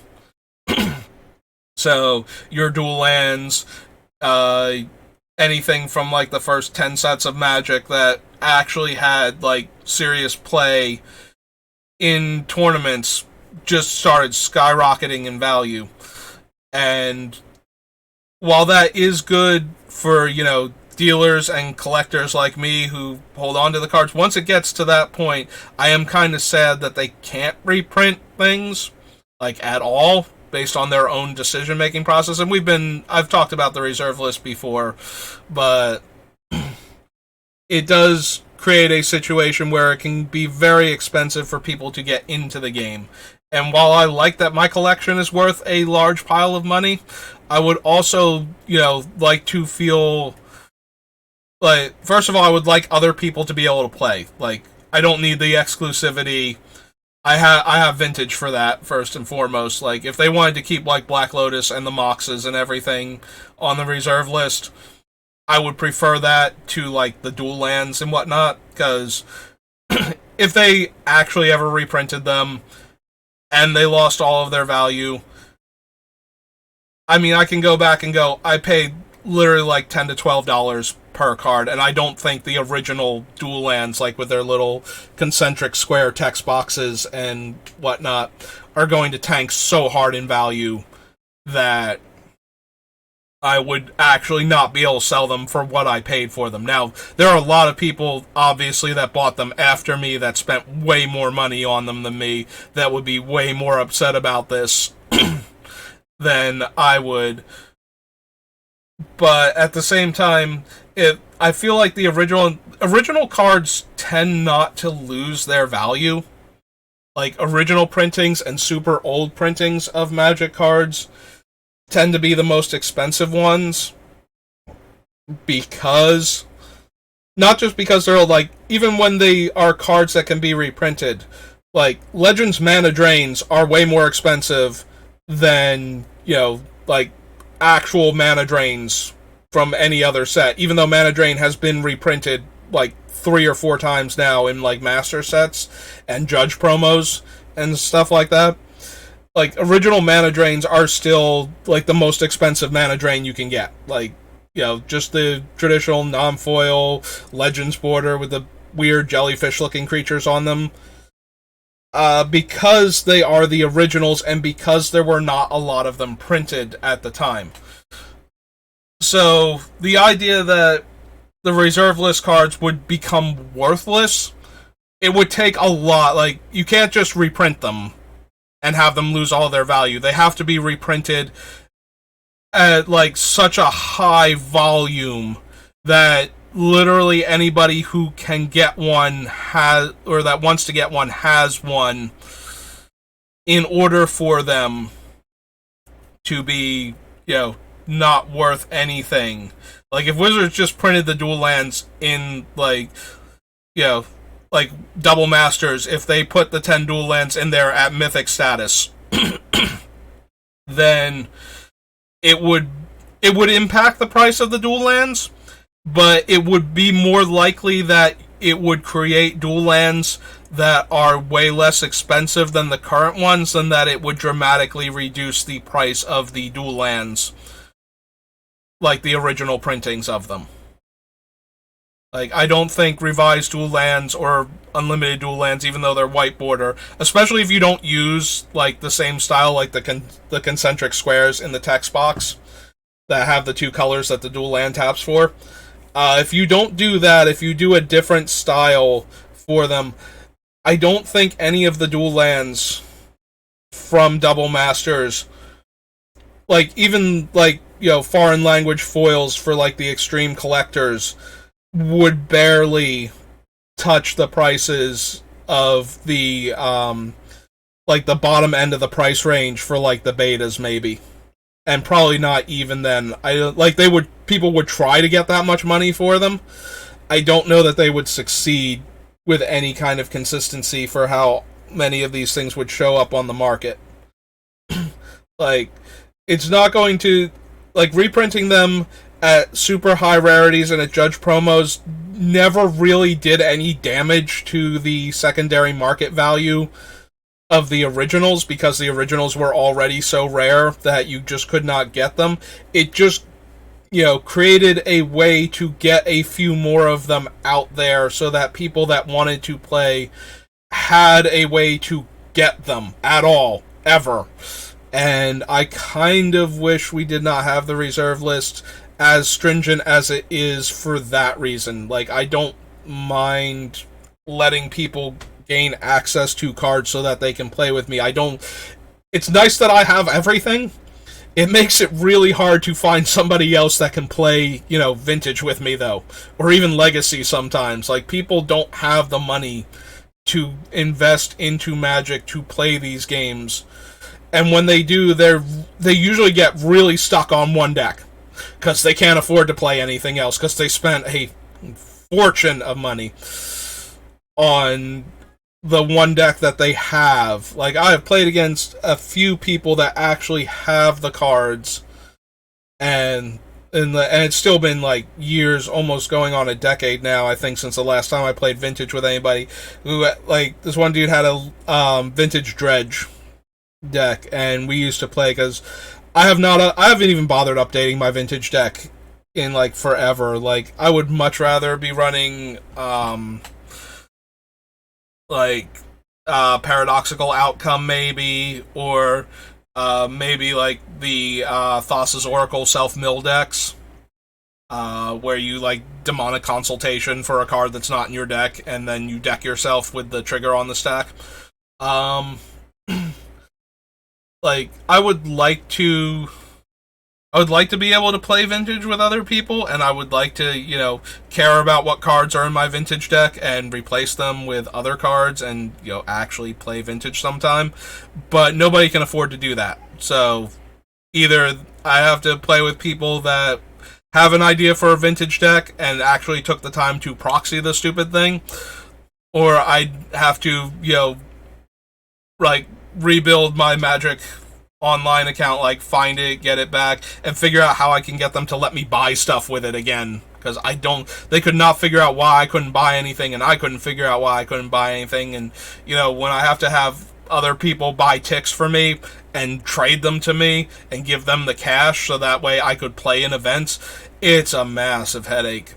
And I would not want to try and build a Vintage deck in that when I can't even, interact with the economy in it at all. So yeah, I would love to play it, because I used to play Vintage, like, back when people could afford to do it, back when it cost, less to play Vintage than it does to play Legacy now. And you would occasionally run into a person that had a fully built Vintage deck and just wanted to play Magic, drop a whole pile of money on the table and do cool stuff. And now it's kind of like, I'm not even 100% comfortable breaking out the deck to begin with. Like, it's great that you also have a Vintage deck. It makes me a tiny bit nervous, even when I know all of the players around me and I know that they wouldn't do that I'm just sitting there with, like, when I play a Lotus and it's, in terrible condition. So I haven't been cursing a lot on stream, not because I don't curse a lot, but because I want this to be, I don't want to be vulgar all the time, kind of thing. Like, just for the purposes of I'm trying to market this to, people of various ages. My Lotus, to put it in the same term that I normally use in day-to-day language, my Lotus is in beat to shit condition. Like, it is heavily played. It also cost me $90 when I bought it. So, and it is a actual Black Lotus. It goes in the sleeve. It's not, it's not like one of those ones that got bent in half so hard that if you hold the top and shake it, the bottom, like, wiggles back and forth. But it is very heavily played condition. Like, I need to have it fully sleeved, even if I wasn't going to, even if it wasn't worth a fortune. And Black Lotuses in that condition are still, I think like $9,000 to $10,000, some obscene number. Like, I almost don't feel comfortable breaking those cards out. Even with, like, if I know everybody, literally I know everybody at the place that I'm at, and I want to, like, show off some of my collection, I might take the deck out for that purpose. And the one guy I've been, like, that had the vintage dredge deck, I'd known him for quite a while before he had assembled the dredge deck, and so I didn't mind playing against him. Like, he actually used to do a lot of, like, he would buy and sell Magic cards a lot. Like, he would, as a secondary source of income, like, he's the kind of person that would hear about cards gaining popularity and do, like, a buyout type thing. So, he would actually, he would go to places and, like, pick up, like, huge chunks of their Magic stock. Whenever they were, whenever any store that was, like, not doing great and was looking to get out of Magic, he's the kind of person that would go in there and buy literally all of their stock, at like 40% of what they were going to sell it for, and then go through it all and price it all out and sell it to other people and make money that way, type of thing. So I knew him well enough, and I knew, that he wasn't going to be grabbing any of my stuff. I'm doing a little air quotes, like, accidentally grab something and then, not realize what happened to it. Yeah, that was not the type of person he had ever shown himself to be, so I felt a little more comfortable sitting around playing vintage, and I knew all the other people at the store on a similar level. So, occasionally taking out my vintage deck, but it's still, even knowing everybody and knowing they are not the type of people that would do this and actually trusting them, it still makes me feel weird and uncomfortable sometimes. Like, you drop a card and you don't realize it, and you're down a couple $1,000, and it takes you like, I will count my vintage deck and make sure it still has all 60 cards in it. I had a moment one day, like, about 7-8 years ago. I had forgotten that I had gone down to 3 workshops in the deck instead of 4. Like, it's a Tezzerator Time Vault deck is what I currently have built, and I had taken out one of the workshops because redundant workshops, as good as they are when you get them, like, there's a bunch of non-artifact cards in the deck, and I wanted to, like, get more mana, but I had forgotten that I had taken one of them out and put it back in the Antiquities binder at the time, because I don't get to play the deck that much. So, just because I had realized that I wanted to change something about it doesn't mean that I was thinking about it at the time. And instead of counting the deck at first, I was just checking, there's my Lotus, there are my Moxes, and then I'm only got like 3 workshops, and I'm just like, oh my god, what happened to my workshop? Oh my god, and I start panicking, and I'm counting the deck, and I have 60 cards. I'm like, did I really take a workshop out and forget that I did that? And it turns out that yes, I did. But, like, that level of panic and anxiety just because I thought I had dropped one of them somewhere, type of thing. And the, like, workshops are like $700-800 or something. They might even be over $1,000 now. Like, just that moment of panic is why I don't even like taking the deck out of the box sometimes. And it certainly doesn't come with me anywhere where I don't know all of the people that I'm going to be, playing Magic with regularly. Because, like, if I go to a big tournament, that, like, the only deck I have with me when I go to a big tournament is the one for the event. Like, I don't bring any decks for side events. I don't bring, piles of money. Any cards that I'm bringing with me are either for the event or to sell, and I usually try and sell the cards, like, early in the day and just pocket the money, because I don't want to be walking around with stuff that I was planning on selling anyway and have it get grabbed. Like, I'd already be annoyed that I lost the box that I keep all my stuff in. If something happened to it, I don't need to be out, like, piles and piles of money on top of that. So that's my rant on vintage. We had a similar rant before when I got onto the topic of the reserve list, but hey, I can talk about Magic for hours. Now I've spent another half an hour just ranting about Vintage and the reserve list, and we still haven't gotten through Legends. One of Mark Rosewater's favorite cards, because it makes poisonous creatures. And they can just give out those poison counters, and you could actually theoretically win a game with this, whereas the other poison counter creatures, you know, there's like 3 of them, and none of them are good, and you probably win with damage anyway. Yeah, Shelkin Brownie. The ability to remove the bands with ability from target creature until end of turn. Not the banding ability, only the bands with ability. Gotta keep that new ability in check, lest it overrun the tournament scene of Magic.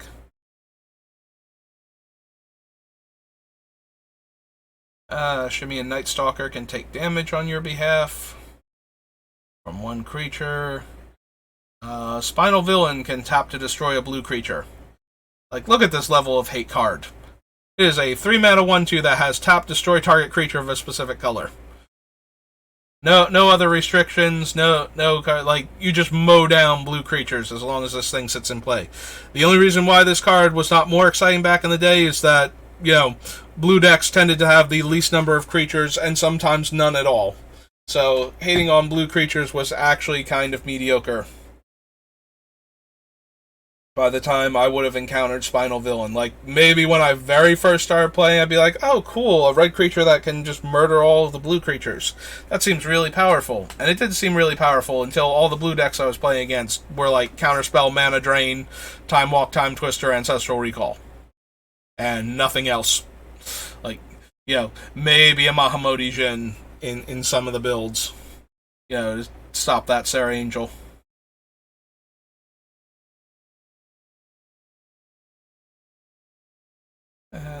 Stang, who is a 6-mana 3/4. He does make another 3/4.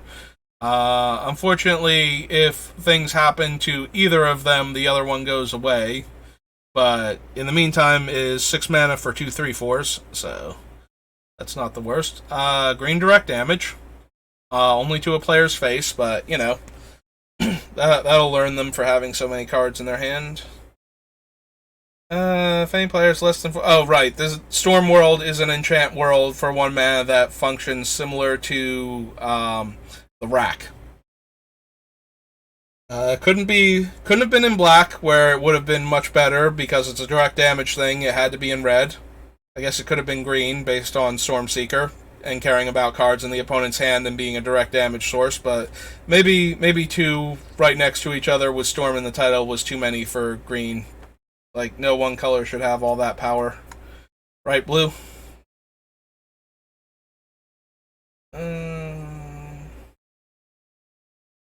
Yeah, no. Prevent all damage and have it gain X toughness, where X is its casting cost. I mean, at least it's a fog effect on a single creature, so that's very green. Here is our original Palladium Mirror. For 5 mana, you get a 4/4 that taps for 2 colorless mana. So he's got his own Soul Ring. He's got this giant Soul Ring style amulet around his neck. I don't know what that has to do with being Falconeer, unless that's just his last name. It's like, you know, kind of like, you know, the old medieval traditional thing of Smith being a last name because you worked at a smithy, or Cooper being your last name because you made barrels. So his last name is Falconer because his family used to be about training birds. Alright, so if we weren't in black, if we were like green-red, Sylvan Library would be a lot more interesting to me. Sylvan Library is one of those cards that, because it's an old card, and it did get reprinted in like 4th and 5th edition, so there are a few copies of it running around, and then occasionally it shows up in like I think Commander, like the Commander set for green, when they do their color theme, Commander had one in it. But it's one of those cards they like to, you know, reprint at like mythic rarity, if at all, and then, you know, not in like most things. Because it's green card draw, just straight up. Like, you get, even if you don't pay any life. Instead of drawing normally for the turn, you essentially get to brainstorm, but you have to put the cards back from among the 3 that you drew. Sylvan Library creates a lot of interesting things when you draw cards during your upkeep, because you have to put cards back that you drew this turn, not necessarily from the Sylvan Library. So, if you draw cards during your upkeep, those cards are eligible to be put back instead of the cards that you drew. But if you are drawing enough cards during your turn, or if you have ways to shuffle, or if you want to pay life, Sylvan Library will let you look at large numbers of cards and get through your deck very quickly to get what you're looking for. And the fact that it is a very cheap, green, reusable way to do that is why Sylvan Library is one of Green's more popular commander cards. I don't think we need it because we are in black and we will have access. We already have like Phyrexian Arena, and adding cards like Phyrexian Arena to the deck diminishes the need for like the more expensive life payment that Sylvan Library incurs. But Sylvan Library, if you are like mono green or green white or green red and you need good card draw, Sylvan Library is definitely a card that you should be looking at if it's within your price range to pick it up. Like, Sylvan Library is on the short list for, like, good green card draw. And especially noteworthy that it does not require you, like, almost all other green card draw, except for, like, this one and Harmonize, requires that you have creatures, either, like, one large creature or a lot of small creatures, or even a lot of large creatures, in order to draw, like, multiple cards. Whereas this one, you just cast it, and then you get extra cards every turn. You at least get to look at extra cards every turn, and then you have options to get them into your hand. Sylvan Paradise is the green version of the Dwarf Song, and is also one of the most risque artworks Magic the Gathering has, because if you look very closely, you will notice that she is sitting there completely naked. Siphon Soul. Oh, right. Inspired, like, very popular in the early days of Commander, where you would be playing against, like, 3 other people, because you gain life equal to the amount of damage you dealt to all of the other players. So you deal 2 damage to everybody, but you gain 6 life. And that kind of scaling, like, drain life effects that used to mass damage players used to work like that. And you'll notice that most Magic cards, you gain the amount of life equal to the amount of damage dealt to any single player now, is because of how these cards worked in Commander, where you would gain huge amounts of life while dealing small amounts of damage to your opponent. You have 3 opponents, each one of them only lost 2, but you gain 6. So you put that effect on an enchantment where, like, every time something happens, you gain a life. Like, each opponent loses a life and you gain that much life. It grows your life total very rapidly while slowly diminishing every player at the table. So older cards that do that are super popular for that reason. And Siphon Soul was like one of the first ones to do that, where it mentioned, like, all players except the caster, as though there were going to be more than one other player in the game besides your opponent. Like, most cards were not worded like that, but there were a few people that, in the early days of Magic, because they were like, the first 5 sets, each one of them has a completely separate design team working independently of each other at roughly the same time, making Magic cards. That's why the sets are, like, all over the place and do things, and some cards are redundant to other cards in other sets, or, like, worse versions or better versions, or sometimes even in the same set type of thing. It's because everybody was all over the place making cards. So somebody working on Legends was already had it in their head that there might be a multiplayer aspect to Magic down the line, and they had worded Siphon Soul to allow for that.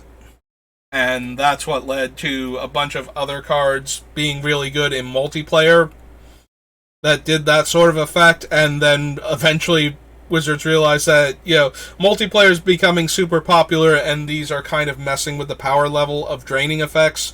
So we kind of want them to stop doing that, and that's where we get the cards that we have now, where you only gain life equal to the amount dealt to any one single player. There's the Abyss. Yeah, with the rise of, like, Sarah Angel as, like, a primary threat, and Mahamodi Jin, the Abyss started seeing more play. Also, when all of your opponent's creatures fly, moats started going down in playability. Once, you didn't need it in the main deck to fight off, like, swarms of ground creatures, because Vintage players had started getting into their head that the best thing to do was to run one large flyer instead of a bunch of little guys, if they knew what they were doing going into the Vintage tournament. So, at that point, the Abyss and Juggernaut started seeing a lot more play, as Juggernaut is an artifact creature that's immune to the Abyss, so the Abyss is eating all of your opponent's creatures alive, and then Juggernaut just keeps chugging away, dealing 5 damage. Tabernacle is a legendary land. I couldn't remember if it was or not. Usually doesn't come up because most people don't have 2 Tabernacles to begin with. I actually don't have 2 Tabernacles. I have exactly 1. I used to collect non-basic lands because I love non-basic lands. They are my favorite thing in Magic because they had no casting cost. And when you get a spell effect for not paying any mana, that was great to me. I love that. So any of them, so I had all of them just in case they were relevant, but, obviously I like the playable ones a lot more, the ones that, were actually good. But I did have a Tabernacle at the Pendrell Vale because of that, not because Tabernacle was incredibly powerful at the time. And so, I kind of got away from Magic for a while, and when I came back, cards like this had dramatically spiked in price. I didn't get any more Tabernacles, though. I focused on getting workshops, and then I got 1 more Bazaar of Baghdad, so I only actually have 2 of those. But I was trying to get, the lands that were seeing a lot of tournament play, and those 2 were higher priority at the time. Like, Tabernacle was still just like a sideboard card. But Tabernacle, if you've ever seen it against the decks that is good against, this thing is a monster. There are a lot of decks in, like, Vintage, and I think they used to be in Legacy. I think Bazaar is out of Legacy now, like, because there used to be a Bazaar Dredge deck. Or maybe it's just that the Dredge deck lost a lot of its clout when they banned Gitaxian Probe, which is one of their free draw effects that they could use to dredge with. But anyway, if you've ever seen those decks, there are decks that, they put Vengevine and Hollow One and Basking Rootwalla, and then, like, use the Rootwallas to help cast Hogak out of their graveyard type of thing. And so that's how they get all of their giant creatures into play. They have little to no mana sources in their entire deck. If you play Tabernacle, it just kills all of their creatures on their upkeep. It's, like, hilariously bad for them. So, yeah, Tabernacle. The reason why Tabernacle is an insanely expensive card is it's a reserve list card that can, like, 7-for-1 your opponent. Against decks that are trying to do really super unfair things, it forces them back to playing more reasonably. And so when you catch one of those decks with this thing, it erases them.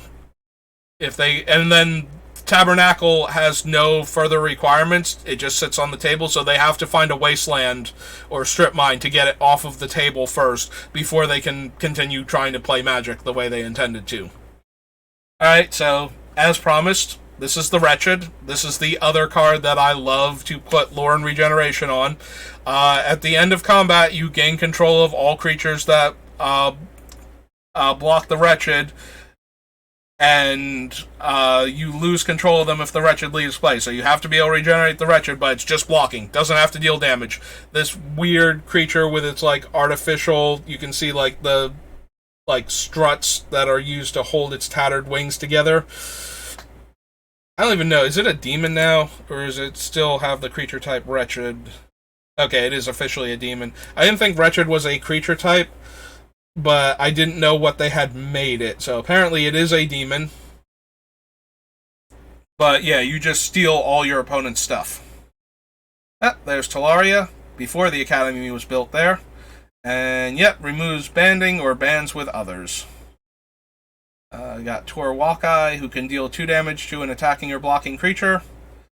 One of the more relevant creatures if there have been a limited format for this set, and I'm pretty sure like Torwalkai was okay as a creature in the Magic Online when they did like their Master Series to get all of the old cards in, but as a draftable format as opposed to, you know, just introducing packs, because Legends is terrible to draft. Like, if you look at Legends, if you look at back at all of the red creatures we went through, like there's like 5 of them that have no power at common. Like there are 5 red creatures with no power at common. Like the 3 kobolds, the effigy, and we saw it, and now I'm blanking on what its name was. But yeah, there's multiple creatures that have no power in red at common. Like your ability to build a functional deck using just cards from Legends is severely hindered by, you know, how bad some of the Legends cards are. This is the black one that turns everything the same color. Until end turn, switch its power and toughness. No. This is the one that lets you use the egg to get a creature from your hand or graveyard into play.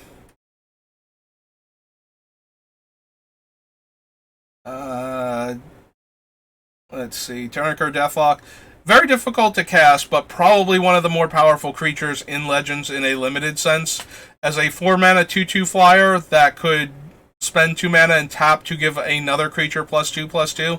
There are a lot of creatures. They used to do this very often in Magic, especially in white and green. There are creatures that would tap to give a creature a bonus, and this would really tax less math-inclined players to figure out when they had good attacks and blocks when an opponent had a creature like this.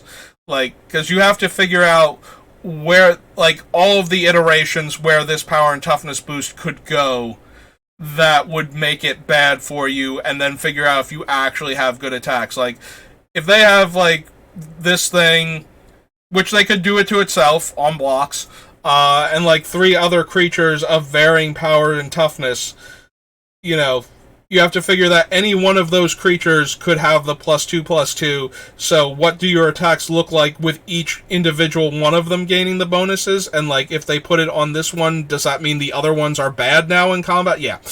It creates a lot of math that you have to be able to do very quickly in order to keep the match going at a reasonable pace. And so that's why you don't see creatures with, or they have, like, limitations on when they can do it, like they can't do it on blocks, or they can only do it at sorcery speed, you know, things like that, that make it so that it's more of an on-board thing, like it's still relevant, but it's not nearly as powerful as it was. Good old Underworld Dreams. One of my favorite cards in Mogus.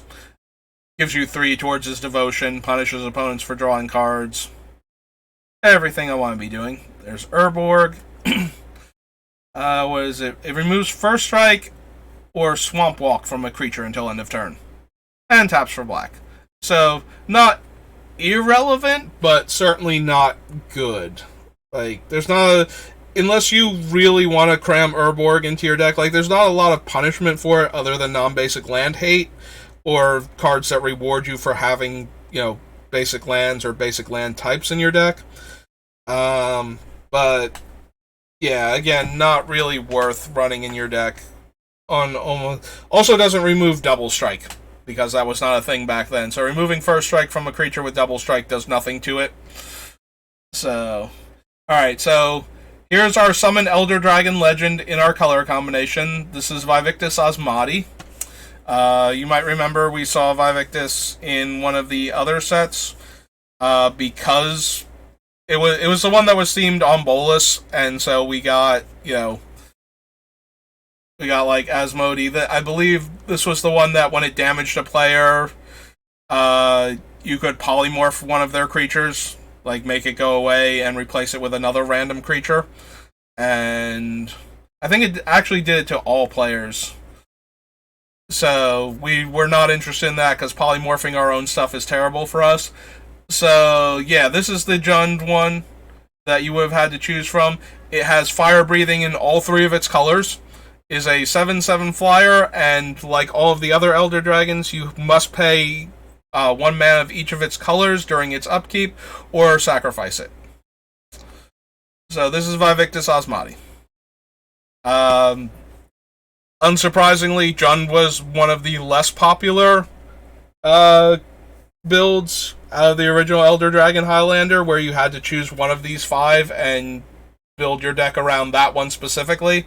It later got brought in to be any legendary creature to allow more variety in the decks that you could construct, especially once we started getting cards that were like the enemy colors and whatnot, where, like, itself and its 2 enemy colors are completely unplayable in Commander if you were limited to just one of the 5 shard dragons of this type. So Osmati being, just raw damage made him very unpopular. Bolus, probably the most popular one, giving you access to Black's removal, tutoring, card draw, Blue's counterspells, card draw, and Red's direct damage. So very easy to build super grindy control decks. Arcades Sabbath, giving you access to blue again, but also green ramp and the white control aspects, your Swords to Plowshares, your Wrath of God and Armageddon type effects. And I think then Chromium would be the next most popular, having access to blue, black, and white. Chromium is just a big dumb dragon. I think he has Rampage 2 or 3 or something.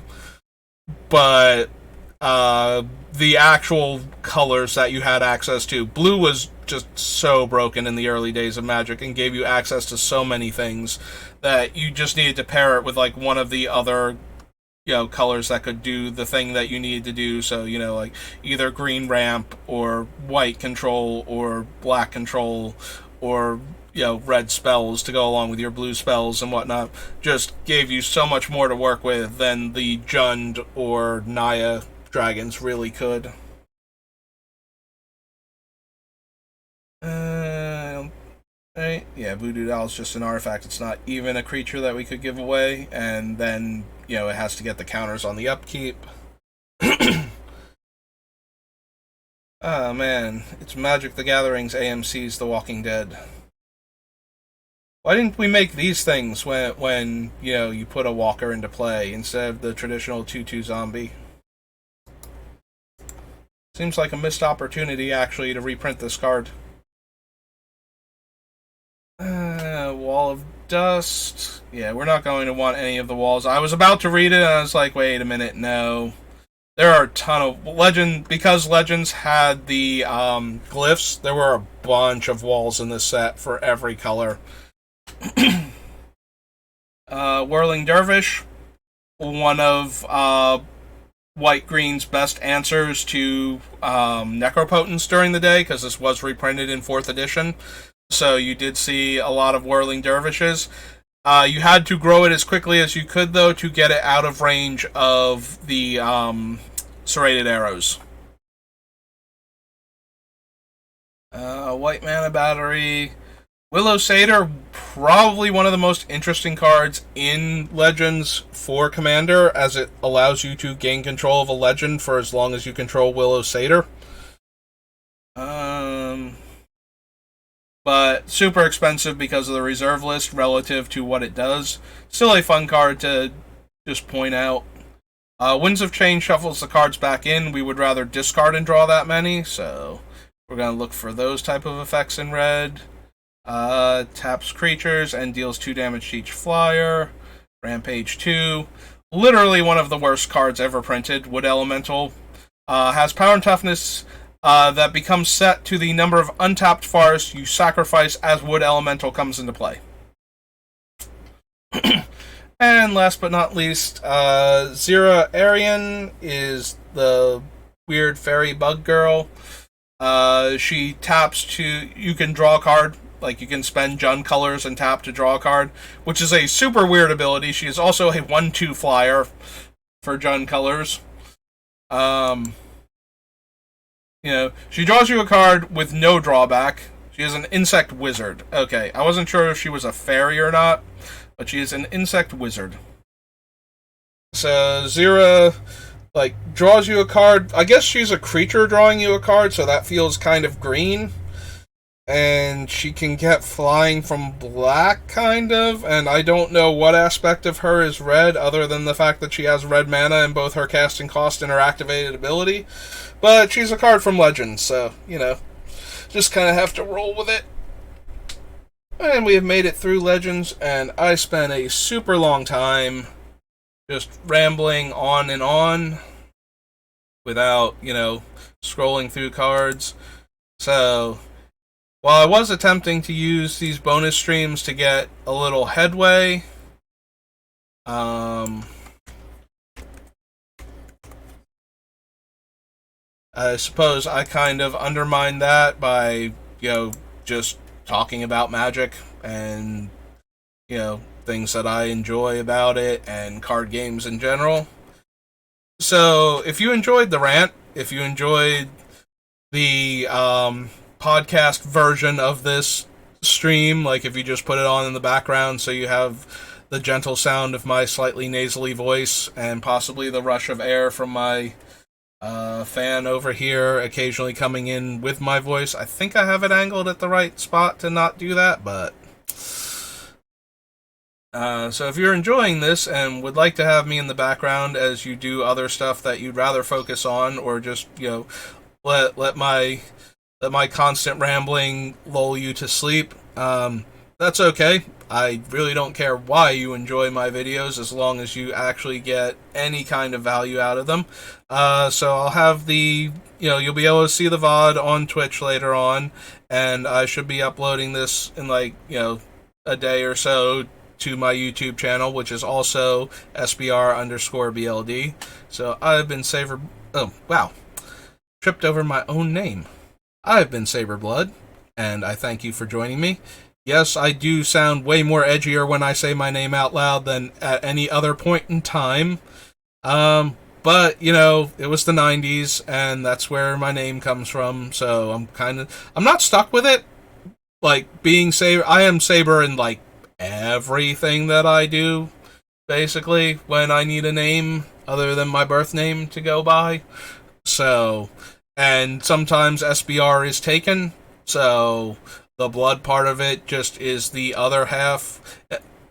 And like any other, made up moniker that you will find among people that do things on the internet, I always find that the name itself is way more interesting than the story behind it.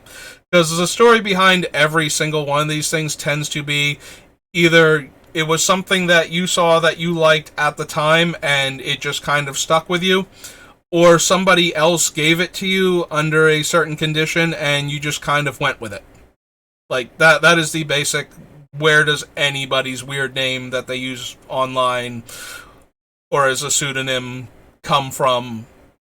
And the names just tend to be way more interesting. Every once in a while, the story's okay, that's kind of neat, but it usually doesn't add much to the person. It's just what they call themselves at the end of the day. So, alright, on that note, I'm going to end the stream because I've already rambled enough, and I need to get ready to go do other stuff for the rest of the day. But thanks for watching, and I'll see you next time.